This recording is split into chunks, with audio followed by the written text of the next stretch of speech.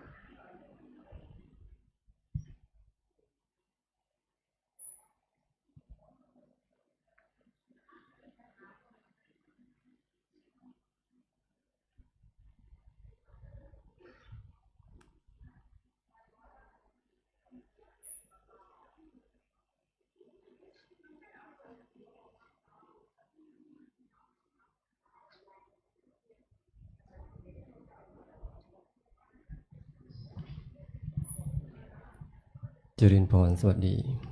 เมื่อทุกท่านรู้ลำดับวิธีในเบื้องต้นแล้วขอให้ทุกท่านได้นั่งในท่าเทพบุตรท่าเทพธิดากราบพระอีกครั้งโดยพร้อมเพรียงกัน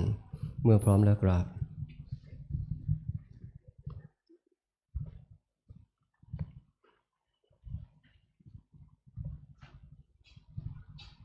โยโสภะคะวะอะระหังสัมมาสัมพุทโธสวากขาโตเยนะภะคะวะตาธัมโมสุปฏิปันโนยัสสะภะคะวะโตสาวกสังโฆธัมมยังภะคะวันตังสัทธัมมังสัสสังฆังอิเมหิสักกะเรหิยัตถาระหังอาโรปิเตหิอภิปูชยามะสาธุโนปันเตภะคะวะสุจิระปรินิพพุตโตปิปัจฉิมาชนะตานุกัมปมานะสาอิเมสักการะตุกตปันนาการะภูเตปฏิคันหาตุอัมหากังทิคารตังหิตายะสุขายะอะระหังสัมมาสัมพุทโธภะคะวะพุทธังภะคะวันตังอภิวาเดมิสวากขาโตภะคะวะตาธัมโมธัมมังนามัสสามิสุปฏิปันโนภะคะวะโตสาวกสังโฆสังฆังนะมามิอันธมยังมุตตัสสะภะคะวะโตปุพพะกะนะมะการันเจวะพุทธานุสตินยัญจะกะโรมาเสนะโมตัสสะภะคะวะโตอะระหะโตสัมมาสัมพุทธัสสะนะโมตัสสะภะคะวะโตอะระหะโตสัมมาสัมพุทธัสสะนะโมตัสสะภะคะวะโตอะระหะโตสัมมาสัมพุทธัสสะตังโฆปะนะภะคะวันตังเอวังกัลยาโนกิตติสัตโตอะภุคโตอิติปิโสภะคะวะอะระหังสัมมาสัมพุทโธวิชาจารณะสัมปันโนสุขโตโลกวิทูอนุตตรปุริสธรรมสารติสัทธาเทวมนุษย์สานังพุทโธภคะวะติหันธมยังพุทธาภิกิติงกโรมาเสพุทธวาระหันตวรตาทิคุณาภิยุตโตสุตตาภิญาณกรุณาหิสัมมากัตตโตโพเทสิโยสุชนะตังกัมมลังวสุโรมหังตมรณังศิรสาชิเนนทังพุทโธโยสัพพปานินังสารนังเขมามุตตมังปัตตมานุสติทานังวันทามิตังสิเรนะหังพุทธัสสะสมิทาโสวะพุทโธเมสามิกิสโรพุทโธ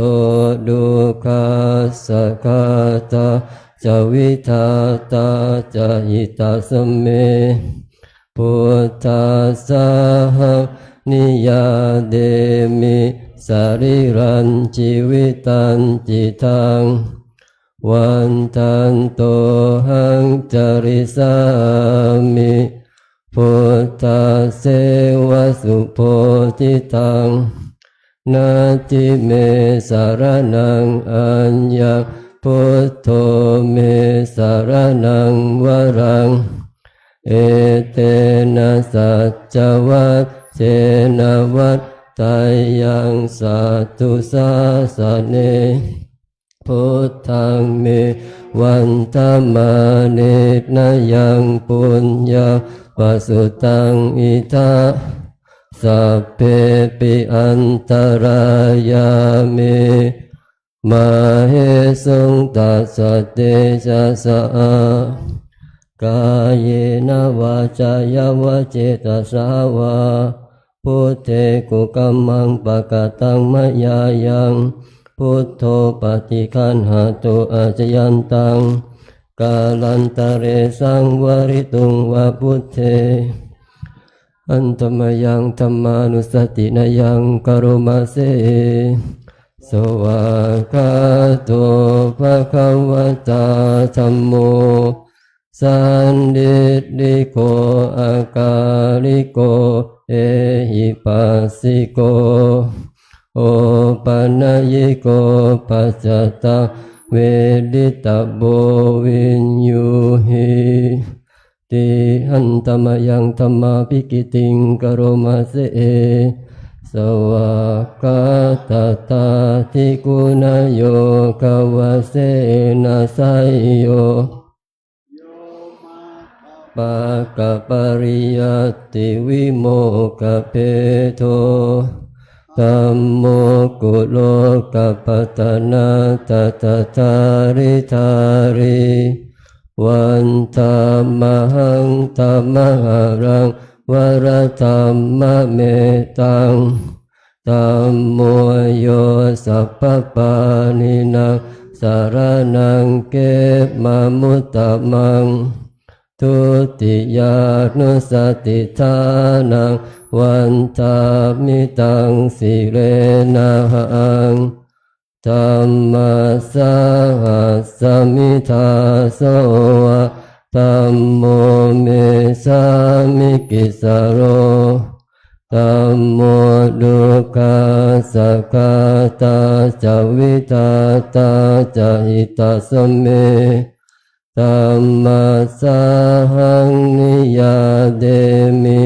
สรีรันชีวิตันจิตังวันทันโตหังจริสามิธัมมัสนาทิเมสารนังอัญญังธัมโมเมสารนังวรังเอเตนะสัจจวัตเจนะวัตตายังสัตตุสาสะเนธัมมังเมวันธรรมานินายังปุญญาปสุตังอิทัสสัพเพปิอันตรายามิมาเหสุงตัสสะเตชะสะกายนะวาจายาวเจตสาวาธัมเมกุกัมมังปะกะตังมะยายังธัมโมปฏิคันหาตุอาจยันตังกาลันตะเรสังวริตุงวะธัมเมหันตมยังสังฆานุสตินายังกโรมาเสสุปฏิปันโนภะคะวะโตสาวกสังโฆอุจุปฏิปันโนภะคะวะโตสาวกสังโฆยายาปฏิปันโนภะคะวะโตสาวกสังโฆสามิจิปฏิปันโนภะคะวะโตสาวกสังโฆยะติดังจัตตาริปุริสายุคานิอัตตปุริสปุกขลาเอ สะภะคะวะโตสาวกสังโฆอาหุนายโยปาหุนายโยทักขินายโยอนุตตรังปุญญเกตังโลกัสสะติหันธรรมยังสังฆาภิกิติงกโรมาเสสัทธัมมโสสุปฏิปันติคุณาทิยุตโตโยตัปปิโตอริยปุคลสังฆเสโตศีลาทิธรรมปวราสยกายจิตโตวันธามหังธรรมะนาคนังสุสุทังสังโฆโยสัพพปานินังสารนังเกมมุตตมังตติยานุสติทานังวันธามิตังสิเรนะหังสังฆัสสะหัสสมิทาโสสังโฆเมสามิกิสโรสังโฆดุกาสกาตาจวิทาตาจหิตาสเมสังกัสสะหังนิยาเดมิสริรันจิวิตันจิตังวันทันโตหังจริสามิสังกัสโสปฏิปันนตังนาทิเมสารนังอัญญังสังโฆเมสารนังวรังเอเตนะสัจวัชเชนะวัตไตยังสัตุสาสเนสังฆังเมวันตมาเนนะยังปุญญังปัสสุตังอิทัสสัพเพปิอันตรายามิมาเหสุงตัสสะเตชะสากายเนวาจายาวะเจตสาวาสังเกกุกัมมังปะกตังมยายังสังโฆปฏิคันหาโตอาจยันตังกาลันตะเรสังวริตุงวสังเคหันธรรมยังอติตาปัจเจเวคณาปะทังปนามาเสอาสัมมยาปัจเจเวกิตาวายังจีวรังปริพุตตังจังยาวะเดวะสิตัสสะปฏิฆาตายะอุณหัสสะปฏิฆาตายะดังสามกัสสวะตาตปะสิลิงสัพพสัมปัสสานังปฏิฆาตายะยาวะเดวะหิริโกปินาปฏิชาตนาตังอาชัมมยาปัจจเวกิตาวายโยปินดาปาโตปริพุตโตโสเนวัตวายัตนามัตตายัตนามันดนายัตนาวิปุสนายายาวะเดวะอิมาสกายาสติติยาปนายาวิหิงสุปรติยาพรหมจริยานุกหายาอิติปุรานันจะเวดนาปฏิหังคามินาวันจะเวดนานาอุปาเดสามิยาตราจะเมภเวสติอนวัจจตาจะพาสุวิหารโรจติ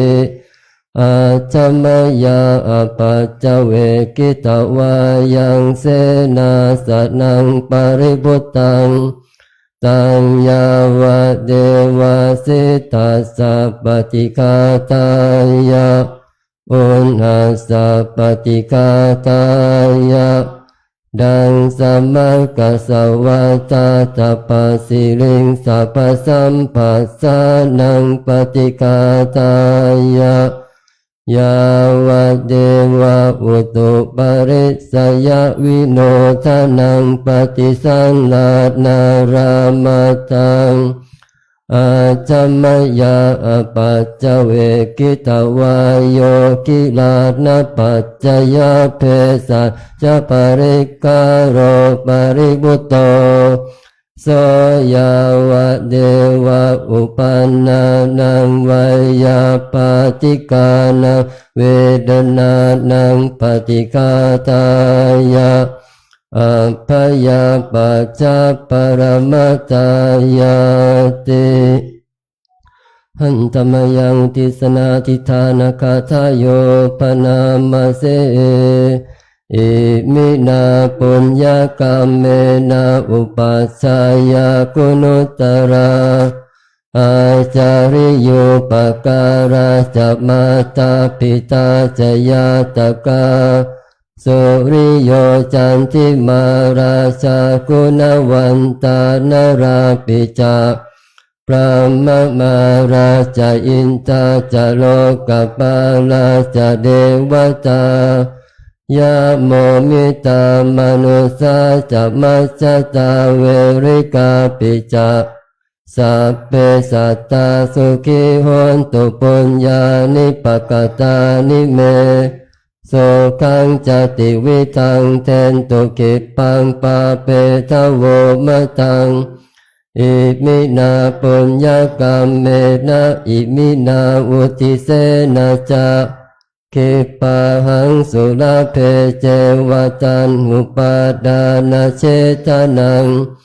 เยสันตาเนหินาธัมมายาวันิพพานโตมะมังนาสันตุสัพพทาเยวะยะตะจาโตภเวภเวอุจุจิตังสติปัญญาสันเนโกวิริยัมหินามาราลปันตุโนกาสังกาตุนจาวิริเยสุเมพุทธาทิปวโรนาโทธัมโมนาโทวรุตตโมนาโทปัจเจกพุทโธจะนาโทตโรมะมังเตโสตัมมานุภาเวนะมาโรกาสังลาปันตุมาหันตมยังสารพันเยนะพุทธมังคลคาทายโยปนามาเสสัมพุทโธทิปตังเสโตนิสินโนเจวามัชชิเมโกนดัญโยปุปปะเกจาอาคาไนเยจากาสะโปสาริปุตโตจัตตากิเนหารติเยอุปาลิจาปั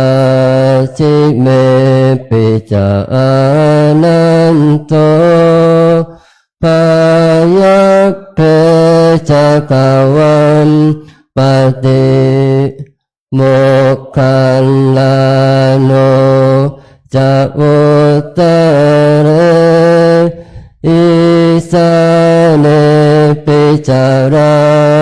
หุโลอิเมโกมังกาลาพุทธาสัพเพอิทัปปติติตาวันติตาเตจะอัมเหหิสักการะหิจัปปุจิตาเอเตสังอานุภาเวนะสัพพโสทิภวันตุโนอิเจวะมะจันตานามาสนายังนามาสัมมาโนรัตนาตยังยัง ปุญญาปิสันทังวิปุลังอรหัตถังตัสสะนุภาเวนะตันตรายโยหันธรรมยังทัสสะธัมมสุตังปนามาเสเววันนิยามมิอาโจปะคะโตบัดนี้เรามีเพศต่างจากกฤหัสถ์แล้วกิริยาอาการใดๆอันบรรพชิตควรประพฤติเราต้องทำกิริยาอาการนั้นๆปารปฏิปทาเมชีวิกาความเลี้ยงชีพของเราเนื่องด้วยผู้อื่นเราควรทำตัวให้เขาเลี้ยงง่าย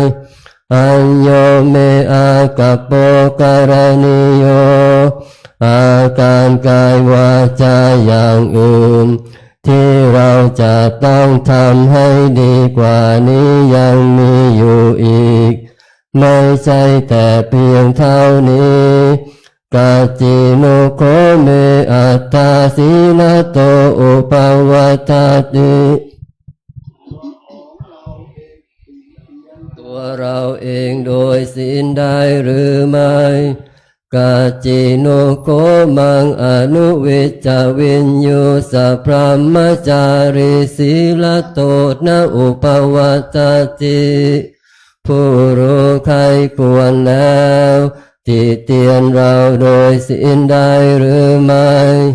สัพเพหิเมปิเยหิมะนาเปหินานาภาโววินาภาโว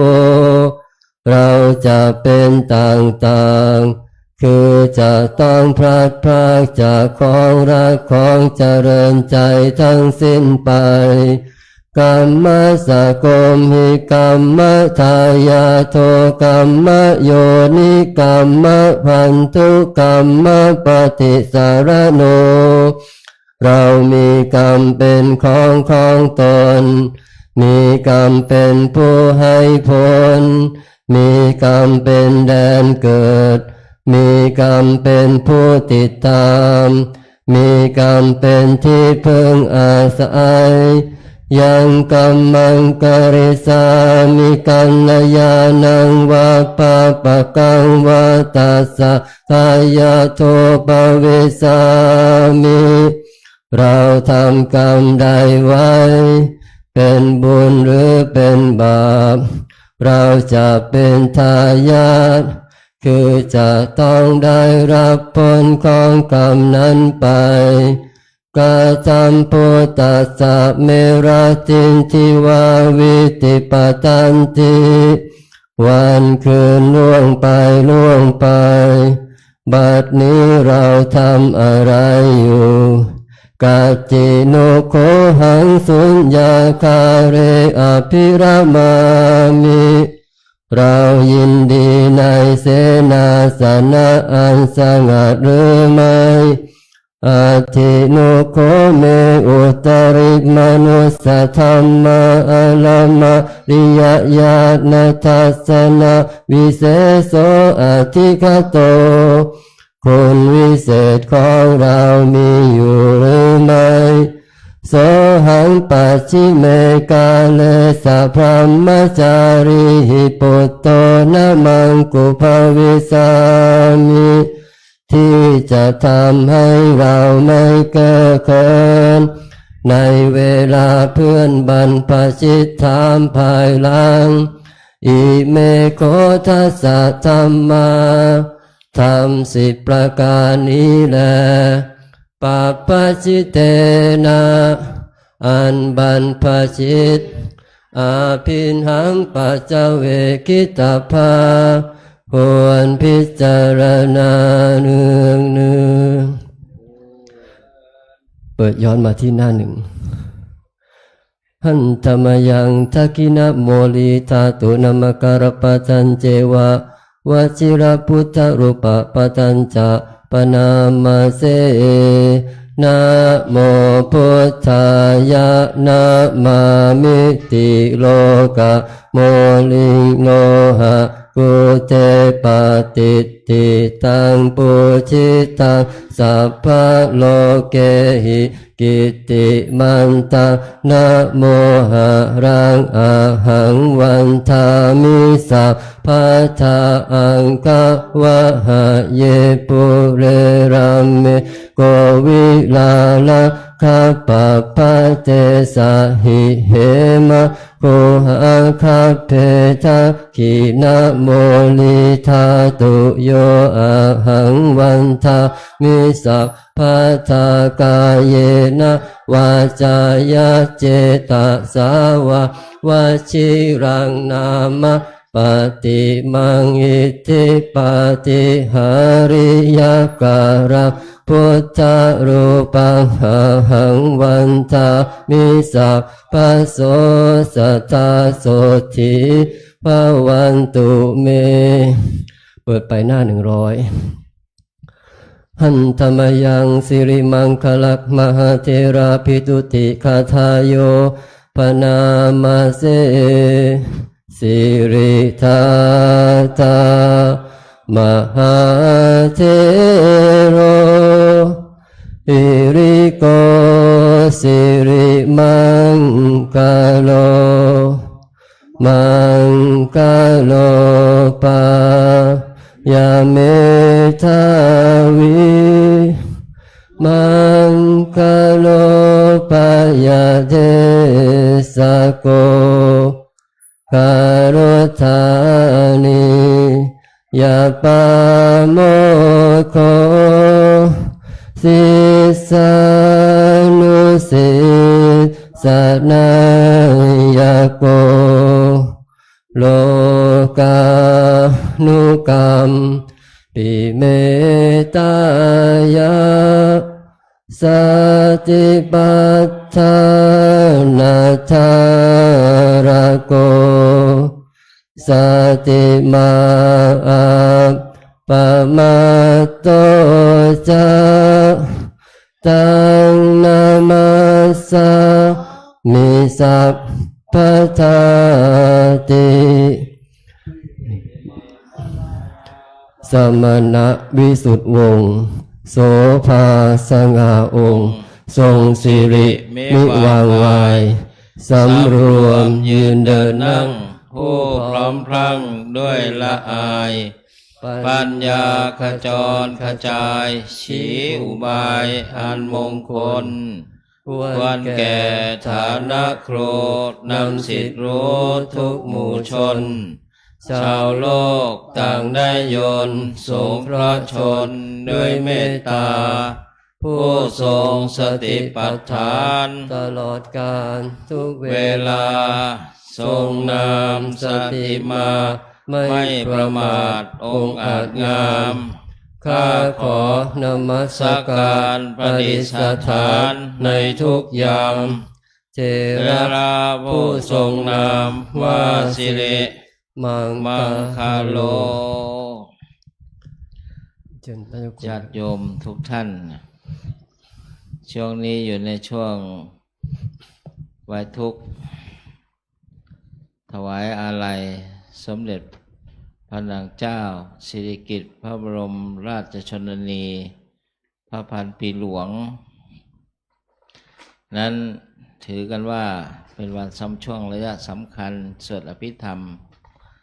เราจะสวดธรรมนิยมสูตรถวายเป็นพระราชกุศลเบื้องต้นนั้นถ้าเป็นภาษาสวดมนต์ภาษาบาลีไทยในหน้า52ของวัดพระธาตุหน้าแล้วก็กลับมาสวดธรรมนิยามหน้า51นะโมตัสสะภะคะวะโตอะระหะโตสัมมาสัมพุทธัสสะนะโมตัสสะภะคะวะโตอะระหะโตสัมมาสัมพุท ตัสสะนะโมตัสสะภะคะวะโตอะระหะโตสัมมาสัมพุทธัสสะพุทธังสรณังกัจฉามิธัมมังสรณังกัจฉามิสังฆังสรณังกัจฉามิทุติยัมปิพุทธังสรณังกัจฉามิทุติยัมปิธัมมังสรณังกัจฉามิทุติยัมปิสังฆังสรณังกัจฉามิตติยัมปิพุทธังสรณังกัจฉามิตติยัมปิธัมมังสรณังกัจฉามิตติยัมปิสังฆังกัจฉามิยัตถาปิเสลาวิปุลานาภังอาหัจจปะปะตาสมันตาอนุปริยโยงเนปนเทนตาจโตติสาเอวังจราจมัตจุจติวัตตันติปานิโนขัตติเยพระมเนเวเสสุเทจันดานาปุกกุเสนากินเจปริวัตเชติสัพพเมวะปิมัตตตินาตตาทินังโพมินารัตนังนาปัตติยานาจาปิมันตโยเตนะสักกาเจโตทะเนนวัตสมาหิบันติโตโปโสสัมปัสสังอัตตมัตตโนพุทเทธัมเมจะสังเกจะเทโรสัจจังนิเวสเยโยธัมมจาริกายเยนวาจายาอุตเจตสาอิเทวนังปัสสังสันติเปจะสักเคปโมตติยัสสะสัทธาตถาคเตอัจจลาสุปฏิทิตาสีลังจยาสกัลยาณังอริยกันตังปัสสังสิตังสังเขปัสสะโทยัสสติอุจุพุตังจัตตัสสะนังหัตถะเรโตติตังอาหุอโมกันตัสสะเจวิตัสตัสสะมาสัทธันจะสีลันจะปัสสะทังธรรมทัสสะนังอนุยุนเจตเมตาเวสรังพุทธานัสสะนันติเอวเมสตังเอกาสัมมยังปะคะวาสาวัตติยังเมหรติเชตวันเนอนาถเบนเดกัสสะอาราเมตตะโคภะคะวาเปโกอามันเตเสเบขวติปตันเตติเตเปโกภะคะวะโตปัจจโสโสภะคะวะเอตตะโวจาอุปัฏฐาวะภิกขเวตถาคตานังอนุปัฏฐาวะตถาคตานังทิตาวัสสะธาตุธัมมาทิตตาธัมมนิยามตัสสะเปสักขาราอเนจจติตังตถาคตอภิสัมปจจติอ ภิสัมเมติอภิสัมปุจิตวะอภิสัมเมตวะอาเจกติเตเสติปัญญเปติปัตตเปติวิวรติวิปัสสติอุตาเนกโร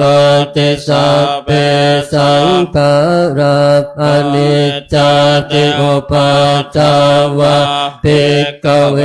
ตถาคตานังอนุปาทาวะตถาคตานังทิตาวะสัทธาตุธัมมาติตตาธัมมนิยามตาสัพเพสังขาราดุขาติตังตถาคตอภิสัมปุจจติอภิสัมเมติอภิสัมปุจิตวะอภิสัมเมตวะอาเจกติเตเสติปัญญเปติปัตตเปติวิวรติวิปัสสติอุตาเนกรติสัพเพสังขาราปัฏฐาวะอุปัฏฐาวะภิกขเว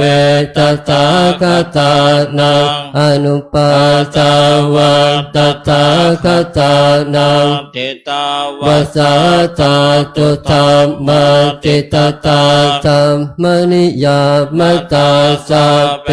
ธัมมาอนัตตาติตังตถาคตอภิสัมปุจจติอภิสัมเมติอภิสัมปุจิตวะอภิสัมเมตวะอาเจกติเดเสติปัญญเปติวิวิวรติวิปัสสติอุตานิกโรติสัพเพธัมมาอนัตตาติธัมโว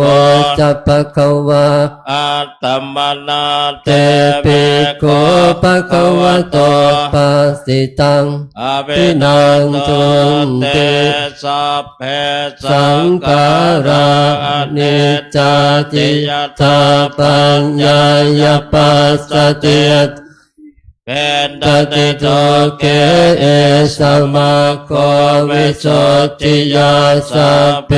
สังขาราดุขาติยถาปัญญายปัสสติอัตตนิ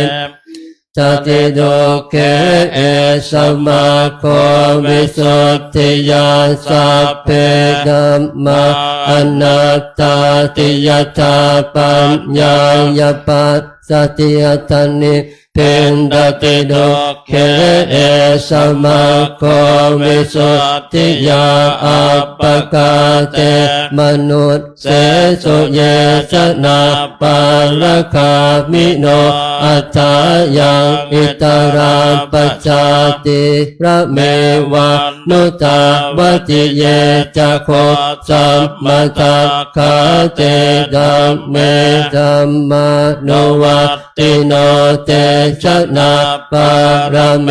สันติมาจุทัยยัสสุตุตรังกันอัตธรรมังเว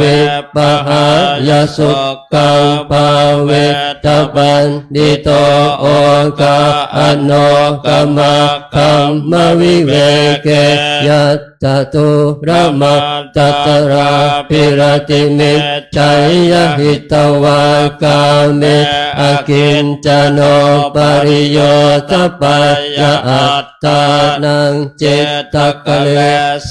หิบันดิโตเยสังสัมโพธิยังเกสุสัมมาจิตตังสุภาเวตังอัตตานปฏิเนสเกอนุปาทายะเยระตาเขนะสวาชุติมันโตเตโลเกปรินิพ พุทธา เต ติ อเวชชา ปัจจยาสังขารา สังขารา ระปัจจยาวิญญาณังวิญญาณปัจจยานามรูปังนามรูปปัจจยาสลายตนะสลายตนะปัจจยาปัสโสปัสสะปัจจยาเวทนาเวทนาปัจจยาตัณหาตัณหาปัจจยาอุปาดานังอุปาดานปัจจยา ชารา ภวปัจจยาชาติชาติปัจจยาชรามรณังโสกปริเดวดุกโดมนัส สปายาสาภวันเต เอวเมตัสสะเกวลัสสะโดคาขันตัสสะสมุทัยโยโห เต ติ เวชชายตเว เววะเสสวิราคนิโรธาสังขารนิโรธ ตา สังขารนิโรธาวิญญาณนิโรธวิญญาณนิโรธานามโรปานิโรธนามโรปานิโรธาสลายตนะนิโรธสลายตนะนิโรธาปัสสะนิโรธปัสสะนิโรธาเวทนานิโรธเวทนานิโรธาตัณหานิโรธตัณหานิโรธาดานานิโรธอุปาดานานิโรธภวนิโรธภวนิโรธชาตินิโรธชาตินิโรธชรามรณังโสกปริเดวดุกโดมนัสสุปายาสะนิโรธจันติเอวเมตัสสะเกวลัสสะดุขะขันตัสสะนิโทโหติ ยัตถาเวป ปาตุภวันติธัมมาปันตาปิโนชายโตพระมนาสัตตะสกังคาวปยันติสัพพายโตขยันนา ติสา เห เหตุ ตุธรรมังยะถาภเวปาตุภวันติธัมมาตาปิโนชายโตพระมนาสัตตะสกังคาวปยันติสัพพายโตขยัง ปัจ จยานังอเวจิยถาหะเวปาตุภวันติธัมมาอาตาปิโนจายโตพระมนาสวิทุปยัตติตติมาราเสนาสุโรวะโอภาสยมันตะลิกันติ อเตตัง นันวาคมัยยนาปฏิกังเกอนาคตังยตติตามปะหิตันตังอาปันตังจักนาคตังปัจจุปันนังจโยธรรมตัตตะตาทวิปัสสติอสังหิรังอสังกุปังตังเวทามนุโรหะเยอาเจวะเกจมาตาปะโกนจัญญามรณังสุเวนะหิโนสังกรันเตนะมหาเสเนนะมัจจุนาเอวังวิหาริมาตา เป อโหรัตตมตันติตังตังเวปัสเตกรัตโตติสันโตอาจิกเต มุ มุ เน นี เต กุศลธร ธั ร ม ม มา อกุศลธร ธั ร ม ม มาอัปยากตา ธรรม สุ สุ ขายเวทนายสัมปยุตตาธัมมา ทุกขาย เวทนายสัมปยุตตาธัมมาอทุกขมสุขายเวทนายสัมปยุตตาธัมมาวิปากาธัมมาวิปากาธัมมะธัมมาเน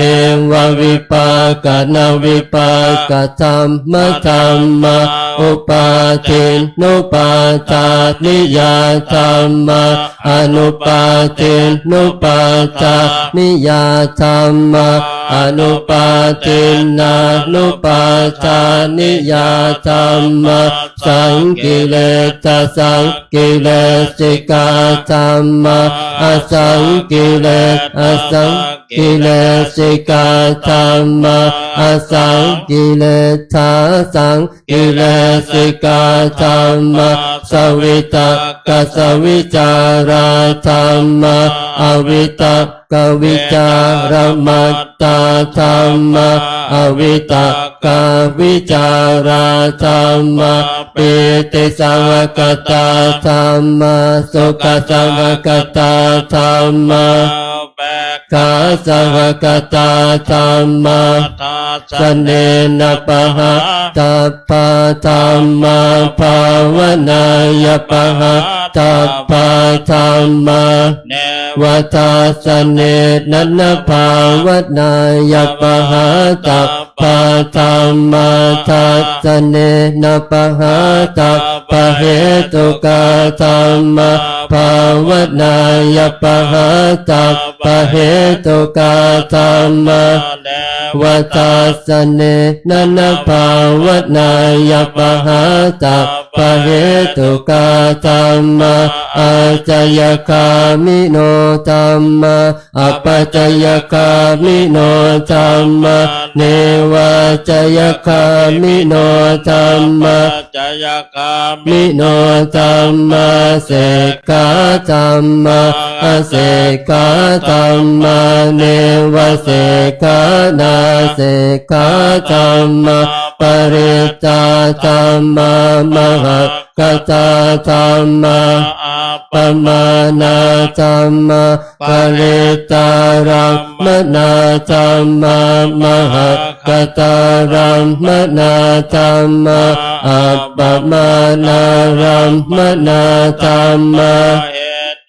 ธัมมามัจจิมาธัมมาปณิตาธัมมานิสัตตนิยตาธัมมาสัมมาตนิยตาธัมมาอนิยตาธัมมามาการะมนาธัมมามาคเหตุกาธัมมามาคาจิปติโนธัมมาอุปันนาธัมมาอนุปันนาธัมมาอุปาทิโนธัมมาอติตาธัมมาอนาคตาธัมมาปัจจุปันนาธัมมาอติตารัมมนาธัมมาอนาคตารัมมนาธัมมาปัจจุปันนารัมมนาธัมมาอาจาตาธัมมาปะหิตาธัมมาอาจาตาปะหิตาธัมมาอาจาตารัมมนาธัมมาปะหิตารัมมนาธัมมาอาจาตาปะหิตารัมมนาธัมมาสเนตาสนะสัพปติกาธัมมาอนิจจสนะสัพปติกาธัมมาอนิจจสนะ ปฏิกาธรรมเหตุปัจจ จโย โย อารัมมณปัจจโยอธิปติปัจจโย อนันตรปัจจโยสัมมานันตรปัจจโยสัพพสัตตปัจจโยอัญญมัญญปัจจโยนิสยปัจจโยอุปเนสยปัจจโยปุเรชาตปัจจโยปัจจาชาตปัจจโยอาเสวนปัจจโยกรรมปัจจโยวิปากปัจจโยอาหารปัจจโยอินทริยปัจจโยชานะปัจจโยมัคคปัจจโยสัมปโยตปัจจโยวิปโยตปัจจโยอติปัจจโยนัตติปัจจโยวิคตปัจจโยอวิคตปัจจโยภวัตโตสัพพมังคลังรักขันตุสัพพเทวตาสัพพพุทธานุภาเวนัสสตาโสติภวันตุเตภวัตโตตุสัพพมังคลังรักขันตุสัพพเทวตาสัพพธัมมานุภาเวนัสสตาโสติภวันตุเตภวตุสัพพมังคลังรักขันตุสัพพเทวตาสัพพสังฆานุภาเวนัสสตาโสติภวันตุเต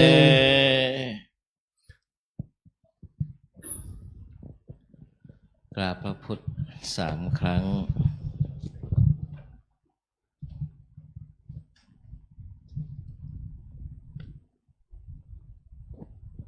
กราบรูปเหมือนแห่งพระเดชพระคุณหลวงปู่พระพรหมมงคล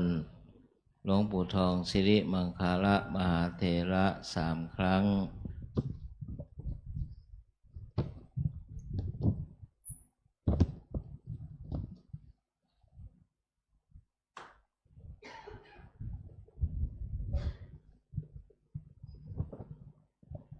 ญาติโยมสมาทานศีล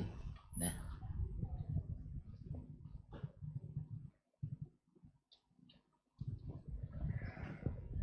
วันนี้เสนาบดีมาตอนเย็น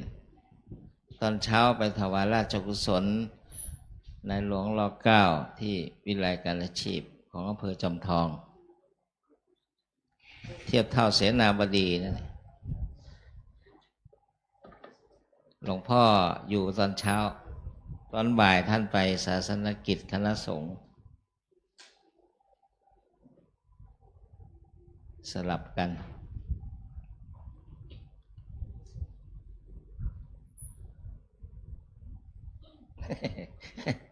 บอกเสนาบดีญาติโยมยิ้มเสดามบดีนั่นเนี่ยไม่หลงยิพิน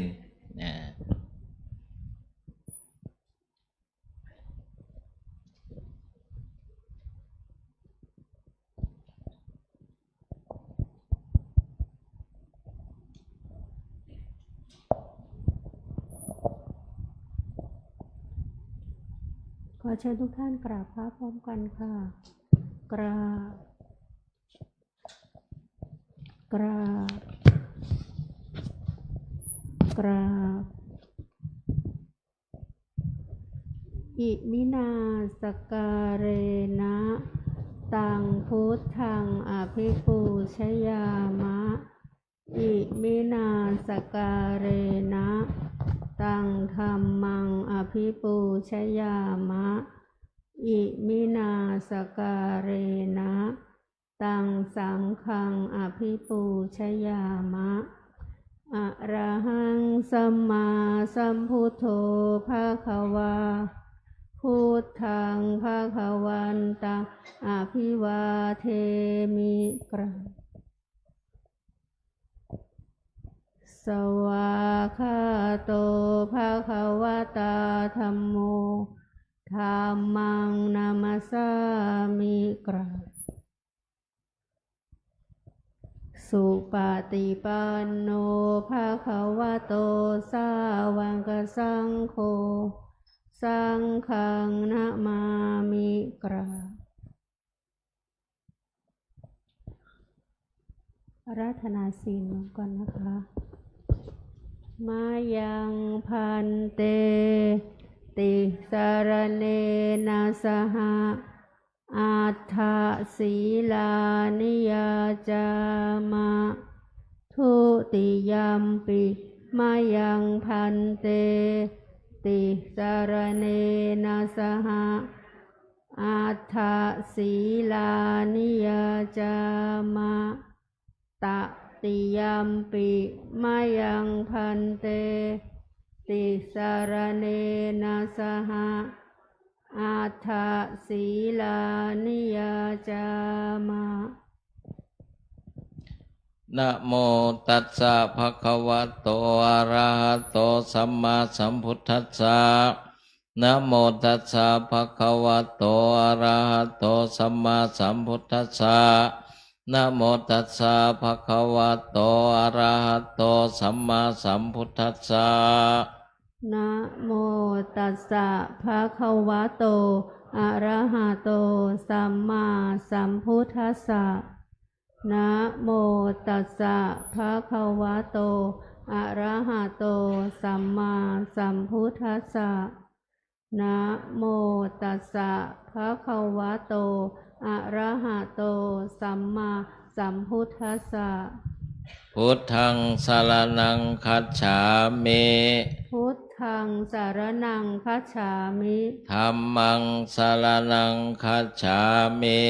ธัมมังสารนังคัจฉามิ สังฆังสรณังคัจฉามิ สังฆังสารนังคัจฉามิ ทุติยัมปิพุทธังสรณังคัจฉามิ ทุติยัมปิพุทธังสารนังคัจฉามิ ทุติยัมปิธัมมังสรณังคัจฉามิ ทุติยัมปิธัมมังสารนังคัจฉามิ ติยัมปิสังฆังสรณังคัจฉามิ ทุติยัมปิสังฆังสารนังคัจฉามิ ตติยัมปิพุทธังสรณังคัจฉามิ ตติยัมปิพุทธังสารนังคัจฉามิ ตติยัมปิธัมมังสรณังคัจฉามิ ตติยัมปิธัมมังสารนังคัจฉามิ ติยัมปิสังฆังสรณังคัจฉามิ ตติยัมปิสังฆังสารนังคัจฉามิ ปานาติปตาเวรมณีสิกขาปะทังสมาธิยามิ ปานาติปาตาเวระมณีสิกขาปะทังสมาธิยามิ อาทินนาทานาเวรมณีสิกขาปะทังสมาธิยามิ อาทินนาทานาเวระมณีสิกขาปะทังสมาธิยามิ กาเมสุมิจฉาจาราเวรมณีสิกขาปะทังสมาธิยามิ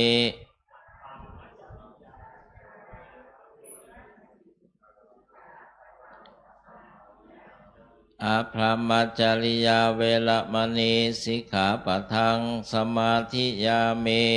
อาพรหมจริยาเวระมณี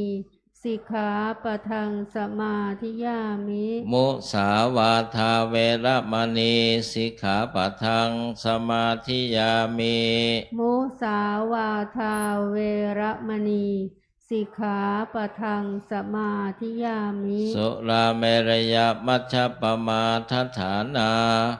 เวรมณีสิกขาปะทังสมาธิยามิ สุราเมรยมัชฌะปมาทฐานาเวระมณีสิกขาปะทังสมาธิยามิ ผู้สมาทานเบญจศีลศีลห้าก็เพียงเท่านี้ ผู้สมาทานอัตถศีลศีลแปดว่าต่อไป วิกาลโภชนาเวรมณีสิกขาปะทังสมาธิยามิ วิกาลโภชนาเวระมณีสิกขาปะทังสมาธิยามิ นัจจคีตะวาทิตะวิสุกทัสสนะ มาลาคันทะวิเลปนะธารณะมันดนะวิภูชนะฐานา เวรมณีสิกขาปะทังสมาธิยามิ นัจจะคีตะวาทิตะวิสุกทัสสนะมาลาคันทะวิเลปนะธารณะมันดนะวิภูสนะฐานาเวระมณีสิกขาปะทังสมาธิยามิ อุจจาสยนะมหาสยนะเวรมณีสิกขาปะทังสมาธิยามิ อุจจาสยนะมหาสยนาเวระมณีสิกขาปะทังสมาธิยามิ อิมานิปัญจอิมานิอัฏฐสิกขาปทานิสัมมาทิยามิ อิมานิอัฏฐสิกขาปทานิสมาธิยามิอิมานิอัฏฐสิกขาปทานิสมาธิยามิอิมานิอัฏฐสิกขาปทานิสมาธิยามิ อิมานิปัญจเจวะอิมานิอัฏฐจะสิกขาปทานิสีเลนะสุขติงยันติสีเลนะโภคสัมปทาสีเลนะนิพุติงยันติตัสมาสิลังวิโสทะเย สาธุสาธุสาธุกราบกราบกราบ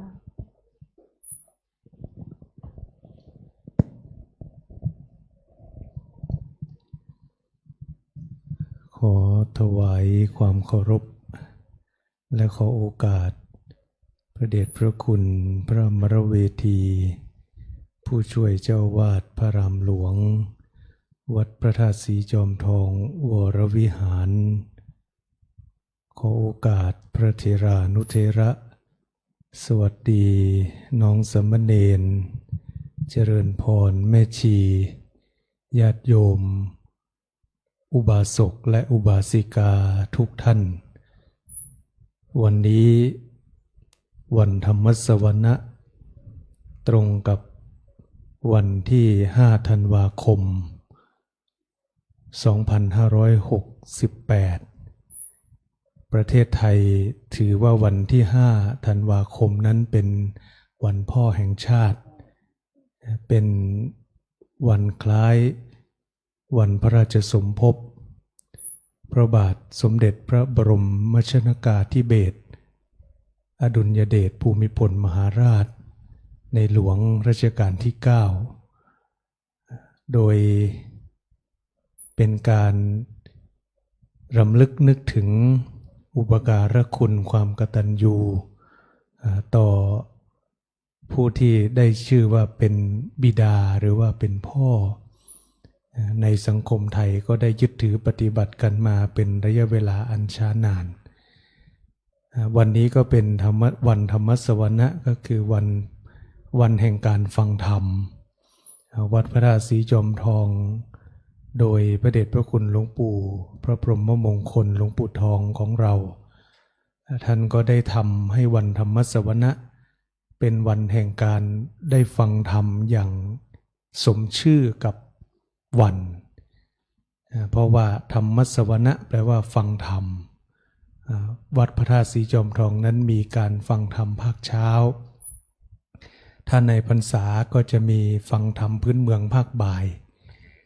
แล้วก็ตอนเย็นก็จะเป็นการฟังธรรมแม้ว่าจะเรียกรูปแบบตอนเช้าเรียกว่าการแสดงธรรมตอนเย็นเรียกว่าการปาฐกถาธรรมแต่ว่าโดยใจความก็คือต้องการให้ญาติโยมได้สดับรับฟังสิ่งที่จะเป็นประโยชน์ธรรมะที่จะเป็นประโยชน์ในช่วงนี้น้องสามเณรไปอบรมบาลีก่อนสอบที่วัดดอยสะพันยูอำเภอแม่วางจังหวัดเชียงใหม่ก็จะเหลือแต่พระเป็นส่วนใหญ่ ญาติโยมก็จะได้รับฟังพระในปีนี้ก็หมดแล้วก็คือวันพระนี้โยมจะได้ฟังปาฐกถาครั้งสุดท้ายของปีนี้เพราะว่ารอบต่อไปก็จะวันที่13เนี่ยยังไม่แน่ใจ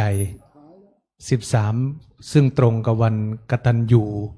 บูรพาจารย์เรามีงานปฏิบัติธรรมก็ยังไม่แน่ใจว่าจะมีสรุปจะปาฐกถาไหมแต่ว่าหลวงพี่ฟิลิปเตรียมตัวแล้วท่านเป็นวาระของท่านก็บอกให้ท่านเตรียมตัวไว้ก่อนแต่ว่าดูหน้างานอีกทีหนึ่งถ้าไม่อย่างนั้นก็วันพระนี้ก็จะเป็นวันพระสุดท้ายวันพระที่13ก็รอดูอีกทีหนึ่งว่าถ้าเราทำกิจกรรมเพราะว่าทางกิจกรรมบูชาหลวงปู่ก็จะเสร็จสิ้นถ้าเป็นเรื่องพิธีกรรมก็จะเสร็จสิ้นในภาคเช้าตอนบ่ายเราก็จะเน้นการปฏิบัติบูชากลางคืนก็อาจจะทำกิจกรรมวันพระปกติหลังจากนั้นก็จะเป็นงานปริวัติกรรม18ถึง28ธันวาคมก็จะฟังธรรมที่หนองหลวงเป็นส่วนใหญ่โดยปกติเราก็จะเป็นอย่างนั้นญาติโยมที่มาใส่บาตรช่วงหลังๆก็จะหนักเป็นพี่น้องชาวต่างชาติมากกว่าคนไทยเริ่มหายไปจริงๆก็คือด้วยวัยเนาะคนใส่บาตรส่วนใหญ่นี่เป็นรุ่นสวทั้งนั้นโยมเป็นรุ่นเบบี้บูมทั้งรุ่นเก่าทั้งนั้นแล้วก็ส่วนหนึ่งก็ไปไม่ได้ส่วนหนึ่งก็ล้มหายตายจากก็น้อยลงคนรุ่นใหม่ก็มีกิจการมีงานมีธุระมีอะไรต่างๆก็ไม่ได้มาก็จะเหลือพี่น้องชาวต่างชาติที่มาใส่บาตรช่วงปริวาสกรรมเสร็จจากนั้นเราก็จะเป็นงานส่งท้ายปีเก่าต้อนรับปีใหม่แบบสากลอันนี้ก็ไปส่วนก่อนจะฟังปาฐกถาธรรมอีกนิดหนึ่งก็คือว่าตอนนี้พระภิกษุสามเณรนั้นไปอบรมบาลีที่วัดดอยสะพันยูก็อยากจะเชิญชวนญาติโยมท่านใดที่มีกุศลศรัทธาอยากจะถวายภัตตาหารแก่พระภิกษุสามเณรที่อบรมบาลีก็เรียนเชิญได้ไปเป็นเจ้าภาพที่วัดดอยสะพันยูพระภิกษุสามเณรก็ประมาณ 200-300 รูปก็มื้อละประมาณ 15,000 บาทหรือว่าถ้าโยมจะทำภัตตาหารไปก็ขอแจ้งทางวัดทางนู้นให้ทราบก่อนเพื่อว่าจะได้ไม่ชนกันปีที่แล้วพระบาทสมเด็จพระเจ้าอยู่หัวในหลวงรัชกาลที่10รับเป็นเจ้าภาพภัตตาหารตลอดทั้งโครงการปีที่แล้วนะแต่ว่าปีนี้อาตมาก็ยังไม่ได้ไปดูว่าแต่คิดว่าคงจะอาจจะไม่ได้มีเหมือนปีที่แล้วก็อาศัยกำลังญาติโยมตามเดิมเหมือนที่เคยปฏิบัติมาก็เรียนเชิญญาติโยมท่านใดที่ยังมีกำลังช่วยอุปถัมภ์พระภิกษุสามเณรที่กำลังไปติวการเตรียมตรวจสอบที่จะเกิดขึ้นในอีกไม่กี่เดือนพระเดชพระคุณหลวงปู่เมื่อท่านยังดำรงธาตุขันธ์อยู่ก็จะรับเป็นเจ้าภาพปฐมฤกษ์ก็คือวันแรกของโครงการทุกปีพอหลวงปู่ละไปท่านเจ้าคุณพระศรีศิลปาจารย์ก็ยังคงทำแบบเดิมก็คือรับเป็นเจ้าภาพปฐมฤกษ์คือเป็นเจ้าภาพวันแรกหรือ3วันแรกนี่เป็นประจำทุกๆปีไม่เคยขาดอันนี้ก็ไปแล้วก็ญาติโยมจอมทองหลายส่วนที่ไปทั้งที่อาตมารู้ทั้งที่ไม่รู้ก็ได้ไปถวายเป็นเจ้าภาพภัตตาหารวันนี้ก็แจ้งประชาสัมพันธ์ให้กับญาติโยมเผื่อท่านใดสนใจไปเลี้ยงภัตตาหารลูกพระลูกเนนที่วัดดอยสะพันยูวันนี้เป็นวันพระใหญ่เป็นวันธรรมสวนะที่เราได้มาร่วมกิจกรรมสิ่งที่เราจะได้สดับรับฟังต่อไปนั่นก็คือการปาฐกถาธรรมโดยในวันนี้ได้ขออาราธนาหลวงพี่พระปรวัตรขันติพโลจะได้ให้ธรรมะเป็นทานในเวลานี้ได้เวลาอันสมควรก็ขออาราธนาหลวงพี่พระปรวัตรขันติพโลได้ให้ธรรมะเป็นทานให้กับญาติโยมได้สดับรับฟังสืบไป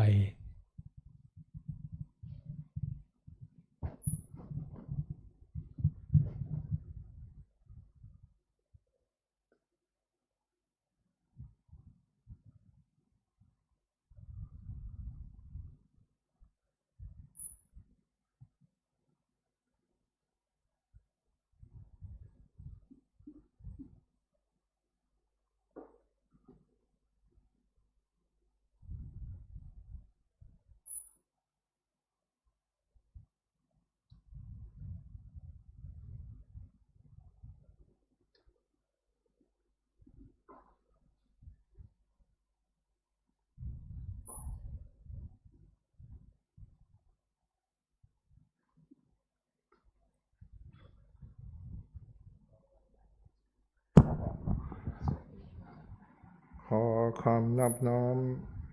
ของข้าพเจ้าจงมีแด่คุณองค์คุณพระรัตนตรัยแก้วสามประการซึ่งมีคุณพระพุทธพระธรรมและพระสงฆ์ขอถวายความเคารพน้อมบูชาแด่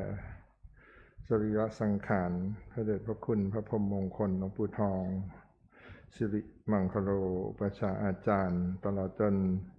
ขอถวายความเคารพแด่พระเทรานุเถระซึ่งมีท่านพระอาจารย์ท่านเจ้าคุณอมรเวทีผู้ช่วยเจ้าวาดเป็นต้นตลอดจนพระเทระอนุเทระลงมาทุกคนทุกท่านเพื่อนสหธรรมิกสามเณรแม่ชีโยคี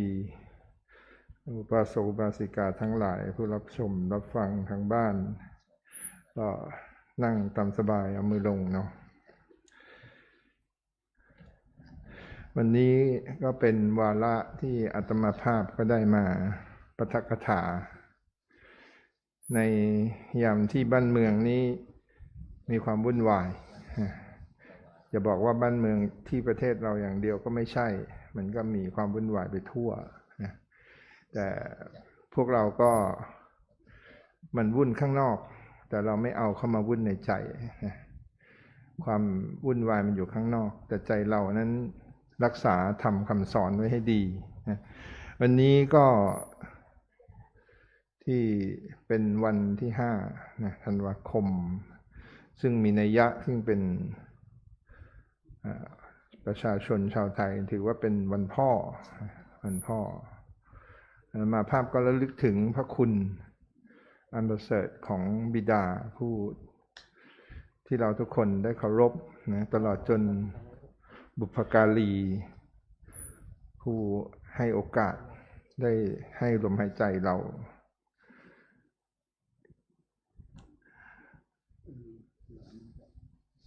เพราะคุณพ่อล้นฟ้านภาอากาศเพราะคุณพ่อสามารถคุ้มแดดฝนเพราะคุณพ่อสร้างลูกให้เป็นคนเพราะคุณพ่อมากล้นกว่าสิ่งใดพ่อผู้ให้กำเนิดเกิดชีวิตพ่ออุทิศสั่งสอนลูกผูกนิสัยพ่อชี้นำแนวทางไม่ห่างไกลพ่อห่วงใยรักลูกทุกเวลาในความเป็นพ่อผู้ที่ทุกคนล้วนมีบิดาผู้เป็นผู้ให้กำเนิดบิดาของเรานึกถึงความเป็นคุณของท่านในวันที่เราระลึกถึงความอบอุ่นอ้อมกอดที่ท่านเมตตาดูแลพวกเราจนเติบใหญ่บางครั้งบางคราวเนี่ยเราหวนนึกถึงเนี่ยบางคนก็ยังจำได้ในอ้อมกอดในความรู้สึกอันอบอุ่นเหล่านั้นตลอดจนพอเราโตมาเราก็ยังมีการถ่ายทอดบางคนบางท่านก็มีครอบครัวก็มีลูกเต้าเราก็จะเล็งเห็นซึ่งพระคุณของท่านเรานึกถึงเวลาเปรียบเทียบก็พ่อนี่ก็เป็นดุจดังพระพรหมของลูกเป็นพระพรหมของลูกในความที่เป็นพระพรหมของลูกนี่ท่านรวมไปด้วยพรหมวิหาร4ในหลักธรรมคำสอนเนี่ยซึ่งสมเด็จสัมมาสัมพุทธเจ้าองค์สมเด็จสัมมาสัมพุทธเจ้าเรานี่ก็ประดุจดังพ่อเป็นพ่อทางธรรมสมเด็จพ่อทางธรรมเพราะฉะนั้นเนี่ยสิ่งที่มีเนี่ยในความสมบัติของความเป็นพ่อเนี่ยมักจะมีหลักธรรมความเป็นพรหมวิหาร4คือเมตตากรุณามุทิตาและอุเบกขาหลักธรรมเหล่านี้สามารถใช้ในสังคมได้ทั่วไปเป็นหลักธรรมที่ดีการที่เราอยู่ร่วมกันการปกครองการดูแลซึ่งกันและกันเราเริ่มจากครอบครัวเริ่มจากบ้านในบ้านที่มีครอบครัวที่ แตกต่างกันไปเราพูดถึงบ้านที่มีครอบครัวทุกคนก็ย่อมมีหัวหน้าครอบครัวเมื่อก่อนก็เดี๋ยวนี้ก็อาจจะร่วมกันนะทั้งแม่ทั้งพ่อนะแต่วันนี้เราจะกล่าวถึงเมตตาของพระคุณของพ่อที่พ่อทุกคนเนี่ยเราจะเห็นได้ว่าท่านเนี่ยมีความปรารถนามีเมตตาให้เรามีความปรารถนาให้เราเป็นสุขคอยห่วงใยดูแลเราตั้งแต่น้อยๆมาแม้แต่จะโตมาแล้วถ้าเกิดยังใครที่ยังมีพ่ออยู่เนี่ยเราก็จะเห็นได้ว่าท่านก็ยังมองเราเป็นเด็กในสายตาของท่านเสมอความรักความห่วงใยของพ่อเนี่ยอาจจะดูหยาบกระด้างนะอาจจะไม่เหมือนกับแม่ผู้อ่อนโยนแต่ในหัวใจพ่อก็มีความห่วงใยครอบครัวมีความรักครอบครัวมีความเสียสละอันนี้เป็นเมตตาของพ่อที่มีต่อลูกในครอบครัวพ่อก็ยังมีความกรุณาคือคอยสงสารคิดที่จะช่วยเหลือให้เราพ้นจากทุกข์เมื่อใดลูกที่เกิดความทุกข์ขึ้นมาพ่อก็จะคอยดูแลเยียวยาด้วยความสงสารห่วงใยเพราะคุณพ่อที่เป็นพรหมวิหารสี่ในข้อของความกรุณาท่านจะคอยช่วยสงเคราะห์ในครอบครัวหลักๆเนี่ยแต่ละคนเมื่อไหร่ที่เรามองดูเราจะเห็นความรู้สึกที่ได้รับจากท่านอันนี้เราพูดถึงภายในครอบครัวทุกคนมีครอบครัวเป็น family ทุกคนมีครอบครัวมีพ่อมีแม่มีลูกแต่ละครอบครัวก็อาจจะแตกต่างกันไปแต่หลักธรรมในใจของบุคคลที่เป็นพ่อส่วนใหญ่นั้นก็จะมีหลักธรรมแบบนี้ในความที่พ่อมีมุทิตาพ่อมีมุทิตาคือพ่อที่มีคอยยินดีเมื่อเห็นเราประสบความสำเร็จมีความสุขความเจริญเมื่อลูกได้เรียนจบการศึกษาได้รับปริญญาพ่อก็มีความสุขลูกได้การงานที่ดีทำพ่อก็พอยินดีอันนี้ก็เป็นสิ่งที่พ่อมีในหลักธรรมของพรหมวิหารสี่พ่อมีอุเบกขาพ่อมีความวางใจเป็นกลางแม้ตัวเราเนี่ยจะผิดพลาดขนาดไหนพ่อก็ให้อภัยลูกเสมอพ่อคอยให้กำลังใจถ้าผู้ใดที่มีพ่ออยู่อย่างพ่ออยู่เนี่ยก็แนะนำให้บอกรักท่านนะให้เราเนี่ยรู้ความหมายของความรักเราเนี่ยลองบอกท่านอย่างบางเรื่องที่อาตมาได้ฟังบางคนเขาก็มีความตั้งใจนะไม่รู้จะให้อะไรกับพ่อตัวเองท่านก็แต่งกลให้บอกรักพ่อในวันที่ยังมีพ่ออย่ามัวรอจนตัวท่านจากไปไหนควรหันมาดูแลท่านไม่ห่างไกลคอยใส่ใจมอบความสุขเพื่อตอบแทนพระคุณของพ่อเนี่ยก็ถือว่าเป็นพระคุณที่ยิ่งใหญ่นะท่านก็จะคอยดูแลเราเหมือนดังที่ประเทศเราเนี่ยมีพระบรมชนกาธิเบศรมหาภูมิพลอดุลยเดชมหาราชบรมนาถบพิตรพระองค์รัชกาลที่9ที่ปวงชนชาวไทยทุกคนรักและบูชาท่านก็มีหลักธรรมเป็นพรหมวิหารสี่เช่นเดียวกันสำหรับการบริหารจัดการเป็นที่เคารพของหมู่มวลกษัตริย์ทั้งหลายในนานาประเทศเมื่อระลึกถึงคุณของท่านเนี่ยเรามองเห็นเรามองในหลักธรรมที่พระองค์ทรงมี ในหลักธรรมของพรหมวิหารสี่คือความเป็นพ่อเช่นเดียวกันพระองค์ทรงมีความรักใคร่ปรารถนาให้ผู้อื่นเป็นสุขในความรักใคร่ปรารถนาที่ให้ผู้อื่นเป็นสุขนี้ท่านก็ปรารถนาให้ปวงชนของพระองค์ท่านเนี่ยอยู่ดีมีสุขโดยเฉพาะการที่ท่านมีอภัยทานสละความโกรธซึ่งเพื่อให้เกิดให้ใจสงบและไม่จองเวรสิ่งเหล่านี้เป็นเมตตาของพระองค์ท่านที่มีการพระราชทานความช่วยเหลือเช่นตัวอย่างเช่นช่วยเหลือชาวเลที่หาดราวัยและทำให้ชีวิตเขาดีขึ้นท่านทรงเล็งเห็นเรื่องต่างๆในการปกครองท่านมีความอ่อนโยนมีเมตตารักทุกคนประชาชนปวงชนชาวไทยทุกท่านบุคคลที่ได้เดินทางมาสัมผัสในประเทศของเราก็จะได้กลิ่นอายเหล่านี้อยู่บางทีต่างประเทศบางท่านเนี่ยท่านก็มีความเคารพแล้วก็รักพระองค์ท่านเช่นเดียวกันท่านทรงมีความกรุณาความกรุณาก็คือการสงสารเมื่อเห็นผู้อื่นเป็นทุกข์ท่านก็ได้จัดหน่วยแพทย์เพื่อบรรเทาความเจ็บป่วยให้กับประชาชนต่างๆให้เข้าถึงซึ่งการรักษาต่างๆอันนี้นี่เป็นความกรุณาคือท่านเห็นซึ่งความเป็นทุกข์ของปวงชนท่านก็เกิดความสงสารท่านทรงมี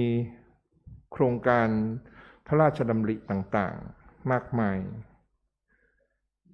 ที่ทิ้งไว้ให้กับปวงชนชาวไทยด้วยความห่วงใยเช่นโครงการพัฒนาที่ดินแกล้งดินให้กับชาวนาชาวไร่แก้ไขปัญหา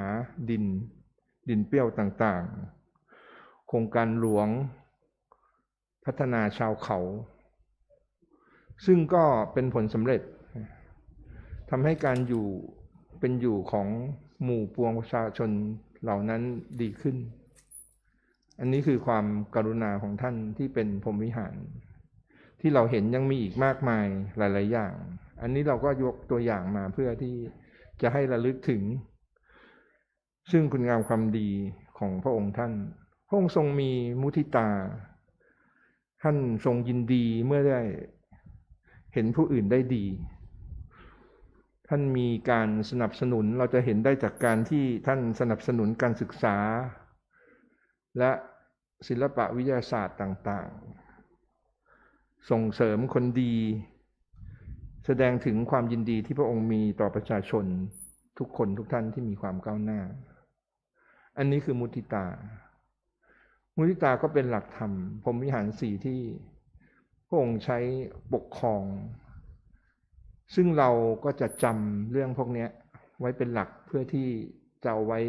ปกครองดูแลบุคคลที่อยู่ในบ้านหรือบุคคลที่อยู่ในการดูแลของเราตลอดจนพระองค์ท่านทรงมีอุเบกขาคือการวางเฉย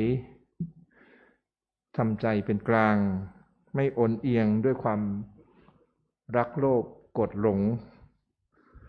เมื่อผู้อื่นมีทุกข์มีสุขไปตามกรรมของเขาท่านมีความวางใจเป็นพระองค์ท่านทรงมีเมตตามีพรหมวิหารสี่ตามหลักธรรมคำสอนของพุทธองค์มีการดูแลปกปักรักษาครั้งที่ท่านยังมีพระชนชีพอยู่เป็นที่ระลึกถึงของปวงชนชาวไทยและก็ประสบนิกรทั้งหลายโดยพระองค์เองไม่ได้มีแค่พระเมตตาอย่างเดียวแต่พระองค์ก็มีถึงทั้ง4อย่างคือครอบคลุมทั้งพรหมวิหาร4ทั้งหมดตามที่ได้กล่าวไปท่านทรงบำเพ็ญธรรมเหล่านี้โดยที่เราเห็นจากพระองค์ท่านได้ทรงงานอย่างหนัก เพื่อประชาชนทุกหมู่เหล่าไม่ว่าจะเป็นการให้การช่วยเหลือการพัฒนาหรือการให้ความรู้เพื่อให้ประเทศชาติสงบสุขและประชาชนมีความเป็นอยู่ที่ดีอย่างยั่งยืนอันนี้คือเรื่องของพรหมวิหารสี่โดยย่อของพระองค์ซึ่งมีมากมายที่เราเห็นเป็นตัวอย่างพระองค์ท่านก็ทรงมีการปกครองด้วยทศพิธราชธรรมทศพิธราชธรรมที่พระองค์ใช้เป็นหลักธรรม10ประการที่ยึดไว้เป็นแบบอย่างในการปกครองและดำเนินพระชนชีพอันนี้เราจะเห็นได้ในหลักธรรม10อย่างที่พระองค์ทรงมีครบถ้วนนอกจากพรหมวิหาร4แล้วพระองค์ก็ทรงมีซึ่งทศพิธราชธรรมที่ปกครองดูแลมีความอ่อนโยนต่อปวงชนที่ได้พบเห็นในหลักทศพิธราชธรรม10ประการก็เป็นหลักที่เราได้ถ้าเราเห็นแล้วเราก็สามารถเอามาใช้ในชีวิตได้มันก็จะลดความวุ่นวายคือหลายๆเรื่องเช่นข้อที่1การให้ทานพระองค์ก็ทรงมีการให้ทานเสียสละทรัพย์เพื่อประโยชน์สาธารณะไม่ว่าจะเกิดอะไรต่างๆตอนที่พระองค์ทรงพระชนชีพอยู่เราก็จะได้เห็นมันก็สละทรัพย์ส่วนหนึ่งเพื่อช่วยเหลือเหตุการณ์เหล่านั้นไม่ว่าจะเกิดภัยพิบัติต่างๆพระองค์ก็สละคือการให้ทานอันนี้คือทศพิธราชธรรมข้อที่1ที่พระองค์ท่านทรงมีเราได้เห็นเรื่อยๆในข้อที่2ท่านก็เป็นผู้ที่สื่อศีลมีศีลการรักษาความประพฤติทั้งทางกายวาจาใจให้สะอาดบริสุทธิ์เป็นแบบอย่างที่ดีให้หมู่ประชาชนชาวไทยได้เห็นการที่พระองค์ทรงกล่าวคำใดก็ตามที่สิ่งใดก็ตามล้วนแต่เป็นสิ่งที่บริสุทธิ์ออกมาจากพระทัยของพระองค์ท่านการรักษาศีลท่านก็มีการเข้าหาบำรุงซึ่งวัดวาอารามได้เข้าไปเขาเรียกว่าปรึกษาหรือว่าได้คุยกับหมู่พระภิกษุสงฆ์มากมายผู้ใดที่มีความปฏิบัติดีปฏิบัติชอบท่านพระองค์ท่านก็ทรงเล็งเห็นท่านก็ทรงไปขอคำปรึกษาต่างๆอย่างพระเดชพระคุณพระพรหมมงคลนี่พระองค์ท่านก็เคยเสด็จมาเยี่ยมหาอันนี้คือข้อที่2ที่พระองค์ท่านมีในการรักษาศีลแล้วในข้อที่3ก็คือปริจาคะคือการเสียสละสุขส่วนตัวเพื่อประโยชน์ของส่วนรวมเราจะเห็นได้ว่าท่านไม่เคยหยุดนิ่งไม่เคยนิ่งเฉยกับเหตุการณ์ต่างๆที่เกิดขึ้นตลอดจนประเทศชาติของเราและเรื่องราวของโลกท่านสังเกตแล้วก็มีการช่วยเหลือเป็นประจำไม่ว่าประเทศใกล้เคียงหรือต่างๆก็ตามจนกระทั่งการกระทบกระทั่งมีการขับไล่ชาติอื่นที่ขอลี้ภัยเข้ามาท่านพระองค์ก็ทรงเมตตามีการเสียสละทรัพย์ส่วนพระองค์เองช่วยเหลือพวกเราก็ได้เล็งเห็นอันนี้คือทศพิธราชธรรมในข้อที่3ในข้อที่4ก็มีอาชวะคำว่าอาชวะก็คือความซื่อตรงสุจริตจริงใจไม่หลอกลวงพระองค์ก็ทรงมีสิ่งเหล่านี้พระองค์ต่อซื่อตรงต่อการกระทำทุกอย่างทุกสิ่งอย่างที่พระองค์ทำมีความสุจริตจริงใจมีการช่วยเหลือประชาชนทุกครั้งท่านทำด้วยพระองค์ท่านทำด้วยพระราชหฤทัยที่จริงใจอันนี้คือข้อที่4ในการที่ท่านปกครองประชาชนของเราระลึกถึงสิ่งเหล่านี้เพื่อที่ว่าเราจะเอาไว้ใช้เพื่อที่จะเจริญรอยตามรักษา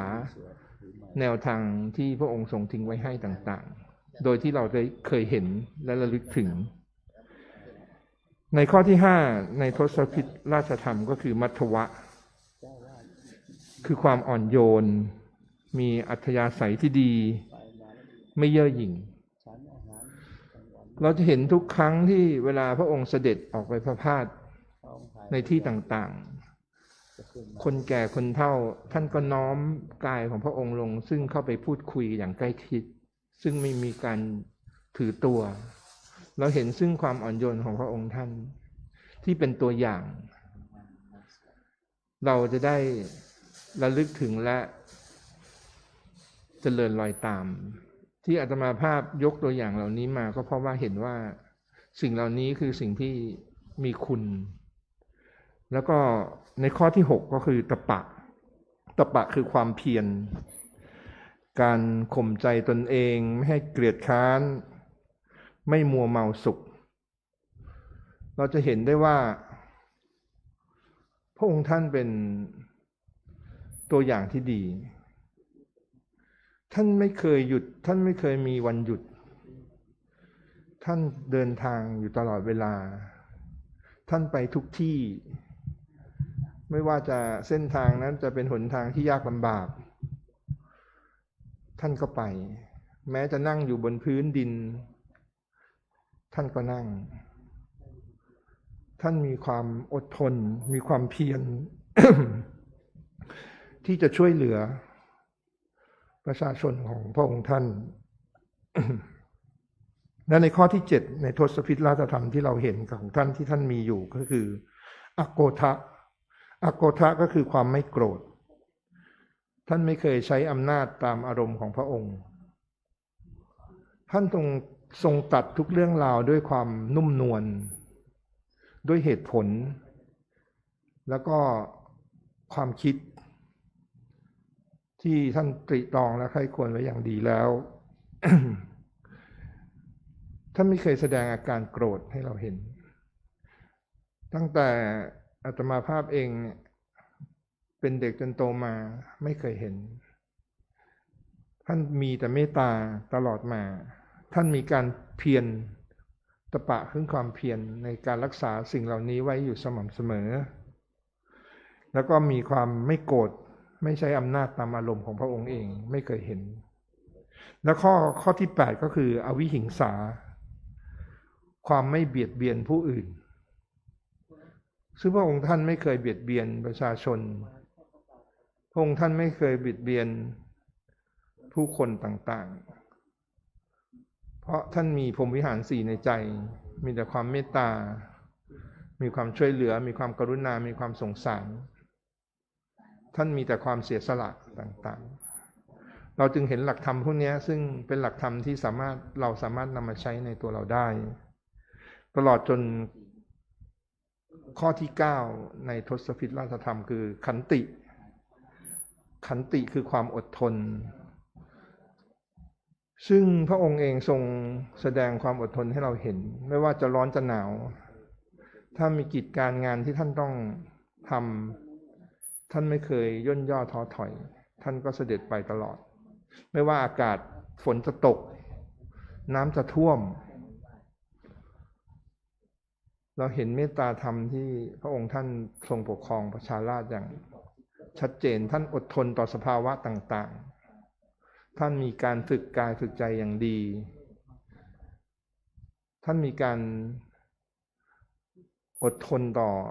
เรื่องราวที่เกิดขึ้นแล้วท่านก็มีความคิดที่แก้ไขปรับปรุง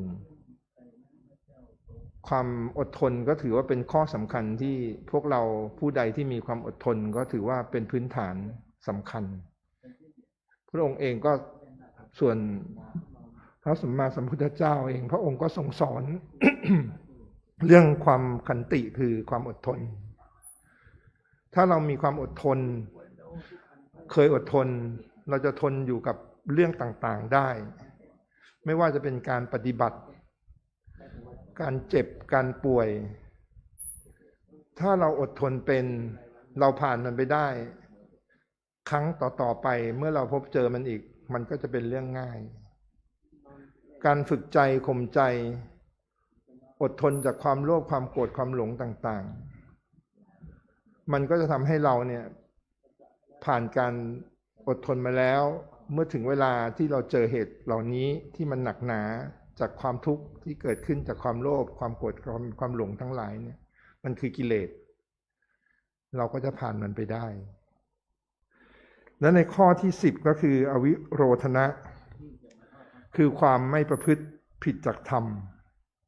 คือไม่วิปริตไปตามอำนาจความชอบหรือความไม่ชอบอันนี้เขาเรียกว่าประพฤติตามธรรมทุกอย่างที่กล่าวมาเนี่ยคือทศพิธราชธรรมที่พระองค์ทรงมีครบถ้วนทุกอย่างอาตมาก็ยังไม่ได้กล่าวถึงโดยละเอียดแต่ยกในหัวข้อที่เห็นพระองค์ทรงมีแล้วมีคุณต่อประชาชนและสามารถนำไปใช้ได้เช่นหลักพรหมวิหาร4ก็ดีการปกครองคนด้วยหลักพรหมวิหาร4การปกครองด้วยทศพิธราชธรรมที่พระองค์ทรงแสดงให้เห็น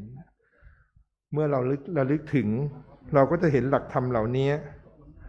ปรากฏในพระราชจริยวัตรพระราชจริยวัตรของพระองค์ท่านอยู่ตลอดการครองราชย์ซึ่งเพื่อนำมาเพื่อความผาสุกของปวงประชาชนชาวไทยทุกท่านอันนี้ก็เป็นตัวอย่างที่น้อมนำยกขึ้นมาพูดในวันนี้เพราะเราเห็นในหลักธรรมที่พระองค์ทรงแสดงแล้วก็พระองค์ทรงนำมาใช้ท่านเป็นบิดาของปวงชนชาวไทยท่านเป็นผู้มีคุณแก่ผืนแผ่นดินแห่งนี้ตลอดจนท่านก็มอบสิ่งต่างๆให้เรามากมายตอนนี้เราก็มีหน้าที่ที่สานต่อเจริญรอยธรรมตามที่พระองค์ท่านทรงวางไว้มันก็จะทำให้ความผาสุกของปวงประชาชนชาวไทยนี่มั่นคงยั่งยืนเราจะเห็นที่อื่นเขาหวั่นไหวแต่เราจะเห็นได้ว่าแปลกที่ประเทศของเราเนี่ยไม่หวั่นไหวไม่ว่าจะเกิดอะไรขึ้นเราก็ยังมีความหนักแน่นด้วยความที่ว่ามีการสืบสานต่อเนื่องมาด้วยความคำสอนที่ดีมีพระราชาที่ดีมีพ่อที่ดีเราจะเห็นได้ว่าหลักธรรมคำสอนเหล่านี้อยู่ในใจของพวกเราทุกคนเพราะฉะนั้นเนี่ยที่อาตมาภาพเอามากล่าวถึงเนี่ยก็อยากจะให้พวกเราได้มีโอกาสระลึกถึงหลักธรรมคำสอนของพระพุทธองค์ที่พระราชาของเราเนี่ยได้น้อมนำมาใช้ในหลักการปกครองดูแลเพื่อลดเพรสเชอร์ต่างๆเพื่อความกระทบกระทั่งต่างๆเราจะเห็นได้ว่าเดี๋ยวนี้คนเราแต่ละคนเนี่ยเสพข่าวในเรื่องของสิ่งที่มันเป็นสิ่งที่ทำให้บั่นทอนจิตใจอยู่เรื่อยๆบางครั้งก็เป็นข่าวที่ไม่จริงที่ทำให้เกิดการหวั่นไหวขึ้นเกิดความกลัวขึ้นเพราะฉะนั้นหลักธรรมที่เรารักษาใจที่ยกตัวอย่างไปมันจะทำให้เราลดเพชเชอร์จากเรื่องราวเหล่านั้นลดความกดดันจากเรื่องราวเหล่านั้นลงทำให้เราเห็นตามความเป็นจริงและผู้ที่จะอยู่รอดได้ คือผู้ที่เห็นซึ่งความทุกข์ความสุขที่เกิดขึ้นเห็นซึ่งมันเป็นสิ่งที่เป็นธรรมดาความสุขก็เป็นธรรมดาความทุกข์ก็เป็นธรรมดาล้วนแต่เป็นผลกรรมของแต่ละบุคคลที่ได้เคยกระทำมาแล้ววางใจเป็นถ้าพวกเราทั้งหลายรู้จักวางใจหัดวางใจบ่อยๆมีสติรู้บ่อยๆเช่นเมื่อรู้ว่าสุขก็รู้ว่าสุขเมื่อทุกข์ก็รู้ว่าทุกข์สุขก็ไม่ไปยินดีฟูมฟายจนเกินไปทุกข์ก็ไม่เสียใจร้องไห้วุ่นวายจนเกินไปหัดวางใจจากเล็กๆน้อยๆไปเรื่อยๆเอาหลักธรรมคำสอนขององค์พระศาสดาสมเด็จพ่อมาใช้เอาแนวทางการดูแลจิตใจของตนเองจากพระราชาที่เรารักประสบนิกรของพระองค์ท่านก็จะปลอดภัย แล้วก็อยู่ร่วมกับสังคมได้อย่างมีความสุขตลอดไปก็ขอให้ท่านทุกคนผู้ที่ได้อยู่ในที่นี้ได้มีความสุขได้เข้าใจได้อยู่กับปัจจุบันอย่างเข้าใจมองเห็นสิ่งต่างๆตามความเป็นจริงอย่าหวาดผวาอย่าตื่นตระหนกทุกอย่างเรื่องราวทุกอย่างล้วนแต่เป็นสิ่งที่มันเป็นธรรมดาเกิดขึ้นตามหลักพระธรรมคำสอนตามกฎพระไตรลักษณ์ทุกอย่างมีเกิดขึ้นมีตั้งอยู่แล้วก็ดับไปเป็นธรรมดาเรามองโดยการฝึกใจของตัวเราเองให้เข้าใจมีเหตุการณ์ต่างๆก็กำหนดและวางใจเป็นกลางๆไว้เรื่อยๆเราก็จะอยู่กับสังคมนี้อย่างมีความสุขตลอดไปนะก็ขอให้ทุกท่านที่ได้ฟังปาฐกถาในข่าวครั้งนี้ได้มีจิตระลึกถึงพระบารมีพระบริสุทธิคุณพระปัญญาธิคุณของพระองค์ท่านขององค์สมเด็จสัมมาสัมพุทธเจ้าทุกๆพระองค์ตลอดจนบารมีของพ่อที่ปกปักรักษาปวงชนชาวไทยตลอดจนบารมีของบิดามารดาของเราที่ปกปักรักษาให้คุณอันประเสริฐเหล่านั้นวิเศษเหล่านั้นได้รักษาพวกเราทั้งหลายให้มีอายุยืนยาวได้มีความสุขความเจริญได้เข้าถึงซึ่งที่สุดแห่งธรรมโดยพระนิพพานคือพระนิพพานโดยทั่วกันทุกคนทุกท่านเทินอันธรรมยังสาธุกรังกโรมเสสาธุสาธุสาธุญาติโยมทุกท่านได้รับฟังการปาฐกถาธรรมโดยหลวงพี่พระปรวัตรขันติพโลท่านได้ยกเรื่องราวคุณธรรมของพระบาทสมเด็จพระบรมชนกาธิเบศรภูมิพลอดุลยเดชมหาราชบรมนาถบพิตรในหลวงรัชกาลที่ 9ได้มาย้ำเตือนให้กับทุกท่านได้รับฟังอาตมาเองก็ในอีกไม่กี่วันนี้ไทย PBS เขาจะมาสัมภาษณ์เกี่ยวกับเรื่องความกตัญญูว่าเขาให้คำถามมา3 ข้อว่าความกตัญญูมีผลดีอย่างไรอยากจะให้พูดอันที่1ความกตัญญูดีอย่างไรเขาจะมาสัมภาษณ์วันที่9 ธันวาอันที่2ความอยากให้คนรุ่นใหม่เห็นความสำคัญของความกตัญญู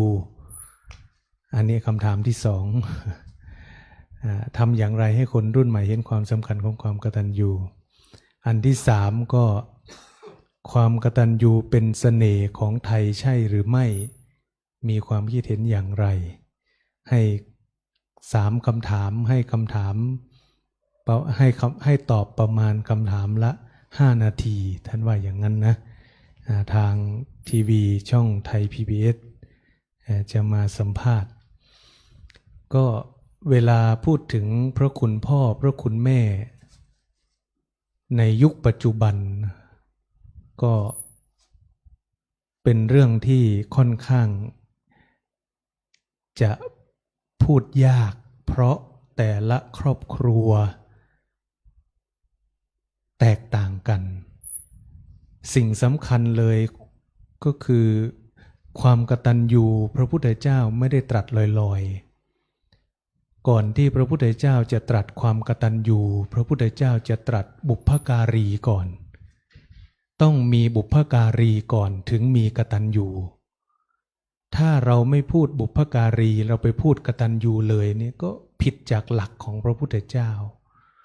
เพราะพระพุทธเจ้าประการแรกเลยที่พระองค์ให้ความสำคัญคือผู้ที่ทำอะไรให้กับคนอื่นก่อนเรียกว่าบุพการีคนไทยเราส่วนใหญ่คำว่าบุพการีจะเอามาใช้กับพ่อแม่แต่ในความเป็นจริงแล้วบุพการีนี่ใครก็ได้โยมที่ทำอะไรให้กับเราก่อน เมื่อมีบุพการีแล้วจึงมีกตัญญูกตเวทีจึงเป็นของที่ควรจะไปด้วยกันแต่ในสังคมปัจจุบันซับซ้อนบางคนอยู่ในฐานะเป็นพ่อแต่ไม่ได้ปฏิบัติตามคุณสมบัติของความเป็นพ่อบางคนเป็นแม่ไม่ปฏิบัติในคุณสมบัติของความเป็นแม่นั้นสังคมปัจจุบันจึงซับซ้อนละเอียดและเด็กรุ่นใหม่บางคนเขาก็จะต่อต้านว่าจะไปกตัญญูอะไรหนูไม่ได้อยากเกิดพ่อแม่นะทำให้เกิดรับผิดชอบเองอันนี้ไปอย่างนั้นเพราะว่าปัจจุบันสื่อสังคมเรามีการสื่อโซเชียลมันกว้างไกลเด็กรุ่นใหม่ก็จะมีความรู้สึกว่าไม่เกี่ยวข้องแต่ถ้าเราเข้าใจความกตัญญูเนี่ยอาตมาว่าเราจะไม่มีปัญหาเนาะความกตัญญูนี้อาตมาขออนุญาตแปลว่ารู้สิ่งที่ผู้อื่นหรือสิ่งอื่นช่วยให้ชีวิตเรานั้นดำเนินไปได้กตัญญูนะเพราะชีวิตของมนุษย์หนึ่งคนเนี่ยไม่สามารถดำเนินไปได้ลำพังด้วยชีวิตของมันเองชีวิตของเราต้องหายใจไหมต้องหายใจเราใช้อะไรหายใจเข้าเราก็ต้องอาศัยออกซิเจนอาศัยอากาศหายใจเข้าแสดงว่าอากาศนี้มีพระคุณหรือไม่เราควรกตัญญูต่ออากาศหรือไม่กตัญญูต่ออากาศทำอย่างไรพี่น้องชาวเหนือเรารับทราบกันดีเดี๋ยวอีกไม่กี่เดือนท่านจะได้สัมผัส PM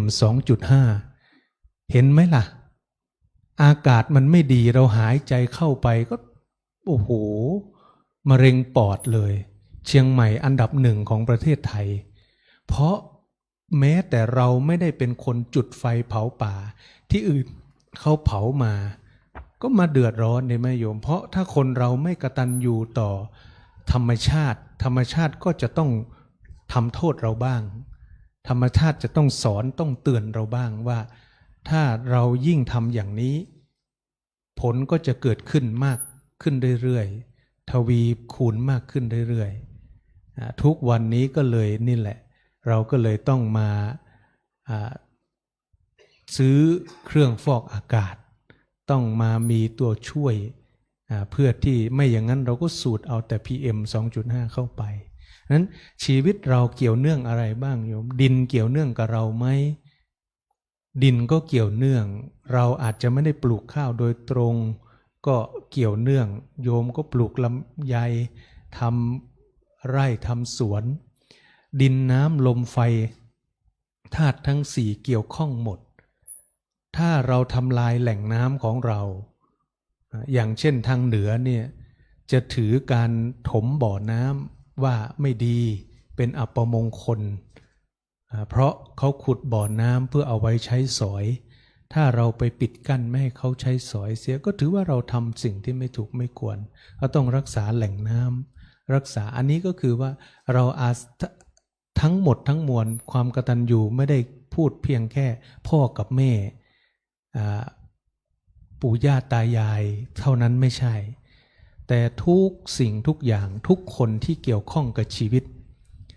ใครทำให้ชีวิตเราดำเนินไปได้อย่างเช่นพ่อแม่บางท่านที่ทำหน้าที่คุณสมบัติของความเป็นพ่อแม่ลูกก็จะ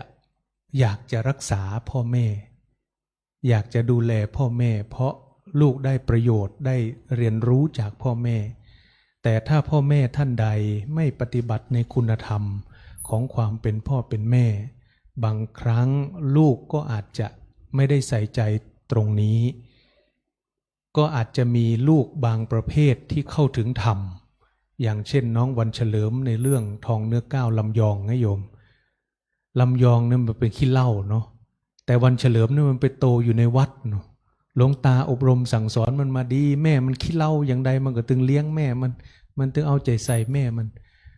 อันประเภทนี้คงจะมีน้อย เพราะปัจจุบันนี้เด็กที่จะเข้าใจบางคนคือไม่ได้รับความรักความอบอุ่นจากพ่อแม่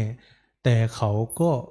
รักพ่อรักแม่ก็มีคือเขาบางคนก็เติบโตมาด้วยสภาพแวดล้อมหรือมีคนชี้แนะเขาถูกต้องต่อให้พ่อแม่อาจจะไม่ได้สมบูรณ์แบบแต่ก็รักพ่อรักแม่ไม่อาฆาตมาตร้ายต่อพ่อแม่นั้นก็ในเรื่องของความกตัญญูที่พระพุทธเจ้าสอนก็คือสืบเนื่องมาจากบุพการีถ้าเราต้องการให้คนเคารพนับถือเราก็ต้องปฏิบัติในคุณธรรมที่ถูกต้องที่ควรพ่อแม่ที่ได้รับการยอมรับจากลูกก็ต้องมีคุณธรรมของความเป็นพ่อแม่อย่างเช่นในหลวงรัชกาลที่9พระองค์ท่านก็ทรงปฏิบัติในคุณธรรมของความเป็นพระเจ้าแผ่นดินเป็นพระราชาก็ทรงเป็นที่รักของประสบกนิกรโดยส่วนมากส่วนใครไม่รักก็สุดแท้แต่คนเรานั้นเป็นเรื่องธรรมดาไม่มีใครรักเราทั้งหมดและไม่มีใครเกลียดเราทั้งหมดจะทำดีขนาดไหนก็มีพระเดชพระคุณหลวงปู่ก็เช่นเดียวกันก็ท่านก็เป็นที่รักของศิษยานุศิษย์ก็เพราะท่านทำคุณธรรมของความเป็นครูบาอาจารย์หลวงปู่ไม่เคยบอกลูกศิษย์ว่าต้องทำอันนั้นให้อาจารย์ต้องมาอาจารย์ต้องมาดูแลต้องมาอย่างนั้นอย่างนี้อาจารย์จะเอาแบบนั้นแบบนี้ไม่มีนะอาตมาไม่เคยได้ยินส่วนใหญ่คือลูกศิษย์เต็มใจร้อยทั้งร้อยคือเต็มใจให้ด้วยความเต็มใจให้ด้วยความรู้สึกไม่อะไรเพราะท่านไม่เคยทวงบุญคุณหลวงปู่ไม่เคยทวงบุญคุณไม่เคยบอกว่าอาจารย์ทำกับพวกเธอสอนพวกเธอลงทุนกับพวกเธอมานักพวกเธอต้องอย่างอันอย่างนี้ไม่เคยมีหลวงปู่มีแต่ทำหน้าที่ของท่านส่วนใครจะปฏิบัติกับท่านอย่างไรหลวงปู่ถืออยู่หลักที่ญาติโยมได้ยินจำได้ไหมหลวงปู่ว่ายังไงโยมไม่เป็นบุญก็เป็นคุณหลวงปู่ถือคติอยู่สองอย่างทำไปเถอะทำบอกเป็นบุญก็เป็นคุณบอกเป็นบุญก็เป็นคุณท่านก็ทำของท่านไปลูกศิษย์ฟังบ้างไม่ฟังบ้างลูกศิษย์ดื้อบ้างไม่ดื้อบ้างมีทุกประเภทละโยมอย่างเช่นหลวงปู่เคยเล่าให้ฟังว่าท่านห้ามพระไม่ให้ศึก ท่านห้ามพระไม่ให้ศึก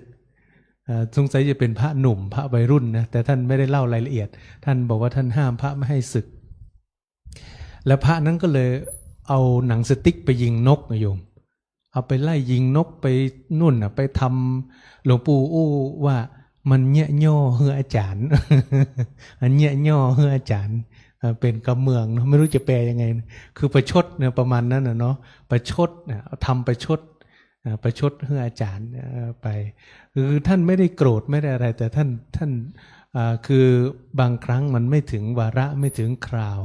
ท่านก็ต้องปรามไว้ก่อนตามหลักของครูบาอาจารย์ท่านก็ต้องปรามต้องห้ามไว้ก่อนถ้าลูกศิษย์มันดื้อจริงๆมันจะไปจริงๆท่านก็สุดวิสัยหลวงปู่ท่านบอกว่าตั้งแต่นั้นมาอาจารย์ก็เลยบอกให้ห้ามไผ่เจซิกกับเถอะบอกให้ห้ามแต่ท่านก็ห้ามบางคนท่านก็มีเหตุนะบางคนท่านก็มีเหตุคือท่านทำหน้าที่ของความเป็นครูบาอาจารย์บางครั้งก็ไม่ได้ถูกใจลูกศิษย์เสียทั้งหมดหรอกแต่ว่าครูบาอาจารย์ก็ต้องทำหน้าที่ครูบาอาจารย์ต้องดุบ้างเข้มงวดบ้างตำหนิบ้าง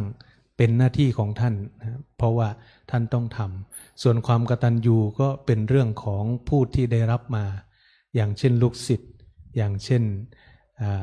ลูกหลานอย่างนี้ก็พ่อแม่ปฏิบัติตนอย่างไรอยู่ในคุณธรรมอย่างไรเขาก็จะได้เรียนรู้คุณธรรมไปจากนั้นแหละอันนี้ก็เลยมาพูดถึงเพราะว่าวันนี้เป็นวันพ่อแห่งชาติโดยสรุปแล้วก็คือว่าถ้าบิดามารดาหรือพ่อแม่ดำรงตนอยู่ในคุณธรรมของความเป็นพ่อแม่ลูกหลานก็จะเจริญรอยตามในคุณธรรมถ้าลูกหลานไม่เจริญรอยตามในคุณธรรมก็ไม่เป็นบุญก็เป็นคุณถือแบบพระเดชพระคุณหลวงปู่ส่วนอีกบางประเภทก็คือว่าแม้พ่อแม่จะไม่อยู่ในคุณธรรมแต่ลูกมีคุณธรรมเขาก็จะกตัญญูอันนี้ก็ไม่ได้บอกว่าจะต้องแบบไหนถึงถูกที่สุดแต่ว่าทั้งหมดทั้งมวลแล้วก็คือว่าเราต้องรู้ก่อนว่าชีวิตเรา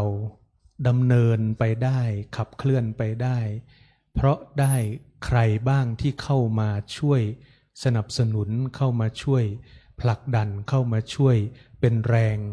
ส่งให้เราดำเนินต่อไปจนกระทั่งเรามีอยู่จนถึงทุกวันนี้เพราะใครเราจะไม่ลืมในจุดนี้ว่าเรามาอยู่จนถึงทุกวันนี้ได้เพราะใครกว่าจะทานอาหารเองได้กว่าจะเข้าห้องน้ำทำธุระส่วนตัวแปรงฟันอาบน้ำกว่าจะทำอะไรตัวเองได้ใครเป็นคนช่วยดูแลและพระพุทธศาสนาก็สอนเรื่องการเกิดว่าไม่ใช่เพียงแต่พ่อแม่อยู่ด้วยกันแล้วถึงจะมีลูกเท่านั้นไม่ใช่แต่พุทธศาสนามองถึงเหตุปัจจัยอย่างเช่นเมล็ดพืช1เมล็ดจะมีเพียงแค่เมล็ดพืชอย่างเดียวไม่ได้เมล็ดพืชอย่างเดียวเกิดไม่ได้ต้องอาศัยอากาศดินน้ำอุตุความเหมาะสมของฤดูเมล็ดพืชมันถึงจะเกิดได้ดังนั้นการตั้งคำถามว่าหนูไม่ได้อยากเกิดพ่อแม่เป็นคนทำให้เกิดพ่อแม่รับผิดชอบไปอย่างนี้อันนี้ก็ไม่ถูกต้องในตามหลักพุทธศาสนาเพราะพุทธศาสนาไม่ได้มองว่าการเกิดของสิ่งใดสิ่งหนึ่งจะเกิดได้เพียงเฉพาะตัวของสิ่งนั้นสิ่งเดียวมันต้องอาศัยเหตุองค์ประกอบครบถ้วนมันถึงจะเกิดได้ดังนั้นจึงไม่ได้เกี่ยวข้องกับว่าพ่อแม่ทำให้เกิดมาอันนี้จึงเป็นคำตอบที่ไม่ถูกตามหลักพุทธศาสนาเพราะพุทธศาสนามันต้องมีเหตุองค์ประกอบมาบรรจบถึงจะเกิดได้อย่างบางคนอยากจะมีลูกก็ไม่มีสักทีหนึ่งทำไมถึงไม่มีล่ะเพราะเหตุมันไม่ครบองค์ประกอบมันไม่ครบดังนั้นจึงจะโทษที่พ่อแม่ไม่ได้แต่ก็เข้าใจว่าเด็กที่พูดแบบนั้นเขากำลังอยู่ในภาวะของความโทสะน้อยใจบ้างอยู่ในภาวะของความขัดเคืองใจเราต้องไปดูว่าทำไมเด็กถึงคิดอย่างนั้นไม่ใช่ไปโทษเด็กอย่างเดียวนะโยมเราต้องไปดูว่าทำไมเด็กเขาเจออะไรพ่อแม่ทำอะไรกับเขาหรือเปล่าทำไมเด็กถึงต้องพูดประโยคนี้ออกมาทำไมเด็กถึงมีความคิดอย่างนี้เราจะโทษเด็กอย่างเดียวไม่ได้ต้องดูด้วยว่าพ่อแม่ไปทำอะไรให้เขาหรือเปล่าเขาถึงได้พูดประโยคนี้ออกมาว่าหนูไม่ได้อยากเกิดพ่อแม่เป็นคนทำให้เกิดพ่อแม่บางคนฟังแล้วก็สะอึกจุกบางทีก็พูดไม่ออกอันนี้ก็พูดโดยรวมในเรื่องของความกตัญญูเพราะว่าวันนี้เป็นวันพ่อเอาละญาติโยมเดี๋ยวจะสรุปยาวเกินไปก็เรามาระลึกนึกถึงบิดามารดาผู้มีอุปการะคุณต่อเราทั้งในฐานะพ่อของแผ่นดินคือพระบาทสมเด็จพระบรมชนกาธิเบศรในหลวงรัชกาลที่9พ่อทางธรรมบางท่านก็เคารพหลวงปู่เหมือนพ่อทางธรรมเหมือนกับบิดาทางธรรมที่แม้ไม่ทันเจอพระพุทธเจ้าแต่ได้มาพบหลวงปู่ก็รู้สึกได้เหมือนพ่อทางธรรมแล้วก็นึกถึงพ่อของเราแล้วก็บางท่านก็เป็นพ่อของลูกด้วยก็ขอคุณงามความดีที่ทุกท่านได้ฟังได้ทำกิจกรรมมาตั้งแต่เช้าจนถึงปัจจุบันวันนี้อุทิศบูชาพระคุณของบิดาทุกท่านทั้งบิดาในฝ่ายโลกบิดาในฝ่ายของจิตวิญญาณ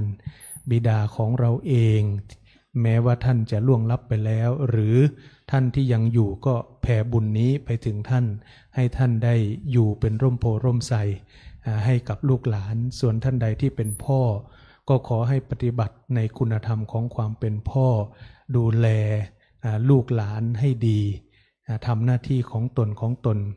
สืบไปขอพลานิสงส์ที่ญาติโยมได้ฟังธรรมมาดีแล้ว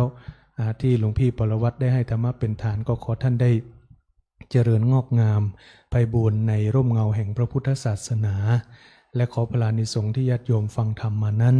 จงเป็นเหตุเป็นปัจจัยให้ญาติโยมได้เจริญในธรรมเป็นนิจมีดวงจิตสถิตมั่นอยู่ในสัจธรรมนำตนของตนให้พ้นทุกข์ประสบสุขอันไพบูรย์กล่าวคือมรรคผลนิพพานทุกท่านเทอญ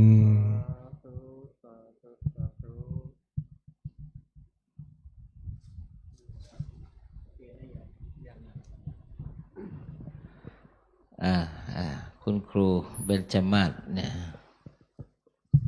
ตัวแทนของคณะญาติโยมประเคนเมื่อกี้เห็นบิดซ้ายบิดขวาครูเบญจมาศแสดงว่าเวทนาเกิด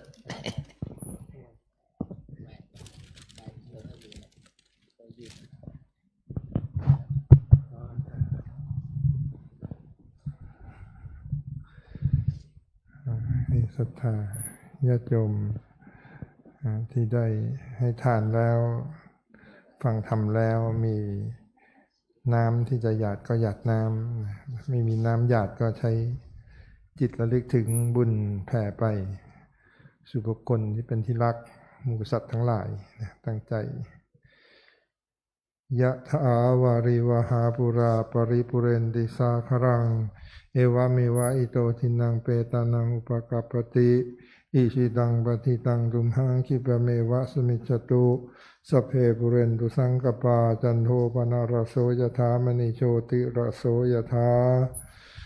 สัพพิติโยวิวัชชันตุสัพพะโรโควินาศตุมาเตภวัตวันตรายโยสุขีทีคายุโกภวะอาภิวาทนาสีลิสนิจังวุธาปจายโนจัตตารโอธรรมาวัฏันติอายุวันโนสุขังภะลังสาธุสาธุสาธุ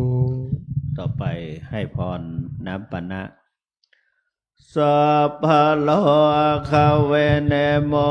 โตสัพพะสันตาปวัสสัพพะเวลมเตกันโตเนปุโตจตุวังภวสัพพิเววัชชันตุสัพพะโลกเวนัสตุมาเตวันตรายโยสุเขเทคายุโกภวะอภิวาเดสเนจังวุธาปัจจายโนจัตตารโอวัฏันติอายุวันโนสุขังภะลังสาธุสาธุสาธุ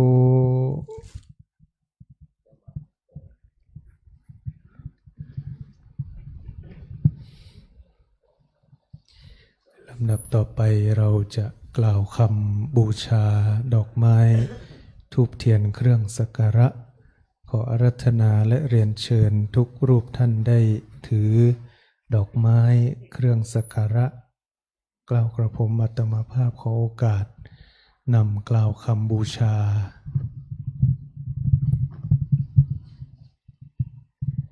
ยะมัมหะโขมะยังภคะวันตังสระนังคตาเราเป็นผู้ถึงพระผู้มีพระภาคเจ้าพระองค์ใดว่าเป็นสรณะโยโนภควาสัทธาพระผู้มีพระภาคเจ้าพระองค์ใดเป็นศาสดาของเรายัสจะมะยังภควโตธัมมังโรเจมะและเราชอบใจธรรมของพระผู้มีพระภาคเจ้าพระองค์ใดอิเมหิสการเรหิตังภควันตังสะธัมมังสะสังฆังอภิปูชยามะเราตั้งใจบูชาพระผู้มีพระภาคเจ้าพระองค์นั้นพร้อมทั้ง ทั้งพระธรรม พร้อมทั้งพระธรรม พร้อมทั้งพระสงฆ์ พร้อมทั้งพระสงฆ์ ด้วยเครื่องสักการะ ด้วยเครื่องสักการะ ทั้งหลายเหล่านี้ ทั้งหลายเหล่านี้ อิมินาสการเรนะตังพุทธังอภิปูชยามะอิมินาสการเรนะตังธัมมังอภิปูชยามะอิมินาสการเรนะตังสังฆังอภิปูชยามะอะระหังสัมมาสัมพุทโธภควาพุทธังภควันตังอภิวาเทมิสวากขาโตภควตาธัมโมธัมมังนัมมัสสามิสุปฏิปันโนภควโตสาวกสังโฆสังฆังนามามิอันธรรมยังพุทธัสสะภะคะวะโตปุพพภาคณมการังกะโรมเส นะโม ตัสสะภะคะวะโตอะระหะโตสัมมาสัมพุทธัสสะนะโมตัสสะภะคะวะโตอะระหะโตสัมมาสัมพุทธัสสะนะโมตัสสะภะคะวะโตอะระหะโต สัมมาสัมพุทธั ตั ส ส สะ สะอันธรรมยังพุทธานุสตินยังกะโรมเส อิติปิโส ภะคะวา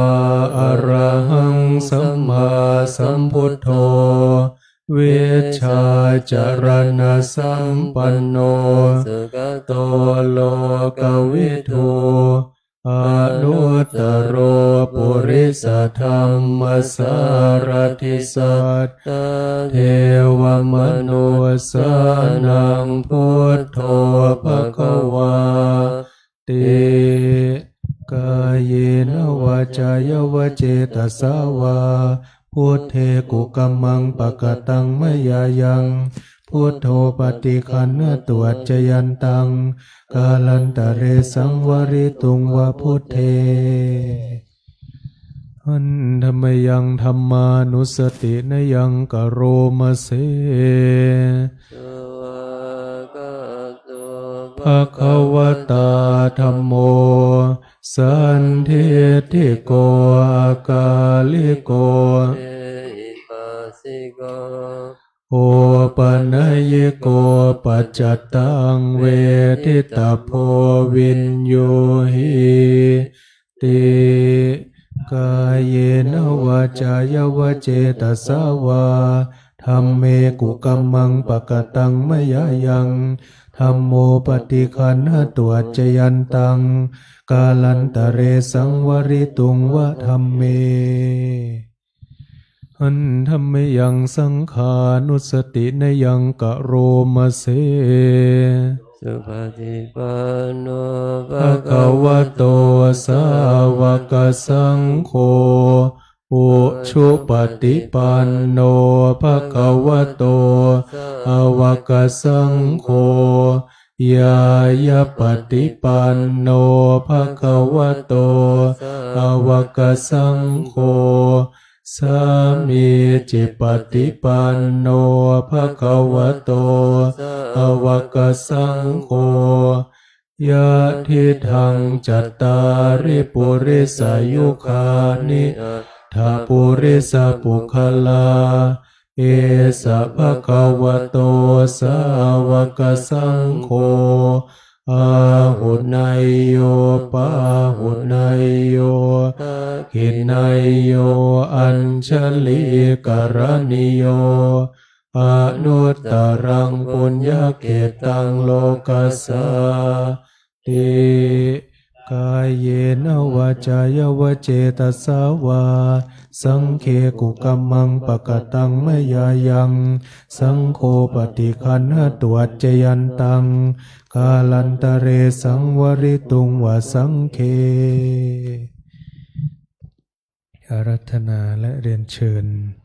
กราบสติปัฏฐานเจริญจิตตภาวนาเป็นระยะเวลา10 นาที หลังจากนั้นจะได้แผ่เมตตาวันทานหลวงวันทานน้อยสืบไป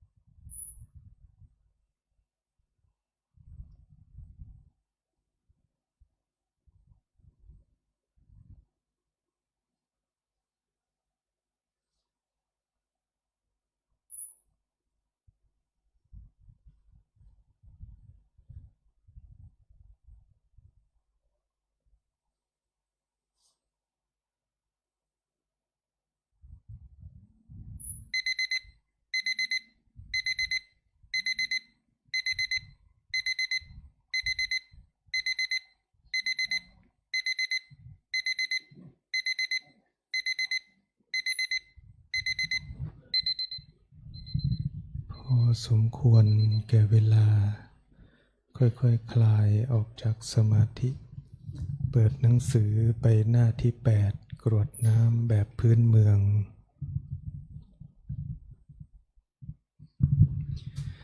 อิตังตานากรรมังนิปปานาปัจจยโยโหตุโนนิจจังอิตัง ศีล กัมมังเนปานาปัจจยโยโหตุโนเนจังอิตังภาวนากัมมังเนปานาปัจจยโยโหตุโนเนจังยังกินจิกุสลังกัตตปังกัมมังสัพเพหิกเตหิกตังปุญญังโนอนุโมทันโตสุนันโตพนโตเยเตวามิงทาเนอาทิคตาทิคายุกาสัทธาหนโตสัพพสัตตานังสุขิอัตตานังปริหารันตุมาตาปิตาสุขิตาหนโตอาปะมุจจันโตสัพเพยติกาสุเกตาหนโตทุกขาปะมุจจันโตสัพเพอายติกาสุเกตาหนโตทุกขาปะมุจจันโตสัพเพปิสาสัพเพยัคขาสัพเพเปตาสุเกตาหนโตทุกขาปะมุจจันโตสัพเพนาคตาตาหุนตุทุกขาปะมุจจันโตสัพเพเทวาสุเขตาหุนตุทุกขาปะมุจจันโตสัพเพอาจาริโยปัจจยาสุเขตาหุนตุทุกขาปะมุจจันโตสัพพสัมปตินาสมิชันตุโววันตามิพุทธังสัพพังเมโตสังฆามาธาเมปันเตวันตามิธัมมังสัพพังเมโตสังฆามาธาเมปันเตวันตามิสังฆังสัพพังเมโตสังฆามาธาเมปันเตวันตามิปุโรโอปัจจยจาริยสัพพังเมโตสังฆามาธาเมปันเตวันตามิกัมมัฏฐานาสัพพะเมโตสังฆามาธาเมปันเตวันตามิอารามิปัฏฐาสีมายังสัพพะเมโตสังฆามาธาเมปันเตวันตามิเจติยังสัพพังสัพพะทานเนสุปเทเทตาสริราธาโตมหาโพธิพุทธรูปัสสกาลังสัทธานาคาโลเกเทวะโลเกพระมาโลเกจัมโปทิเปลังกาทิเปสริราธาตุโยเกสัทธาตุโยอะระหันตาธาตุโยเจติยังกันตะโกเทจตุราสิเทสาเสธัมมขันเทสัพเพสังปาระเจติยังอะหังวันตามิสัพพโสกรา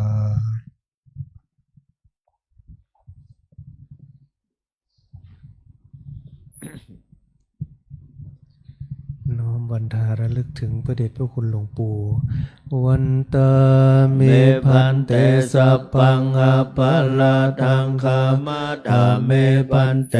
มยากตังปุญญังสามินาอนุโมทิตาพังสามินากตังปุญญังไมหังตาตาพังสา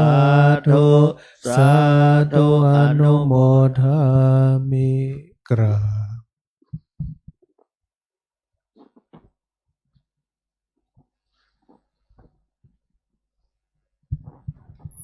น้อมวันทาพระเดชพระคุณหลวงพ่อเจ้าวัดนะครับ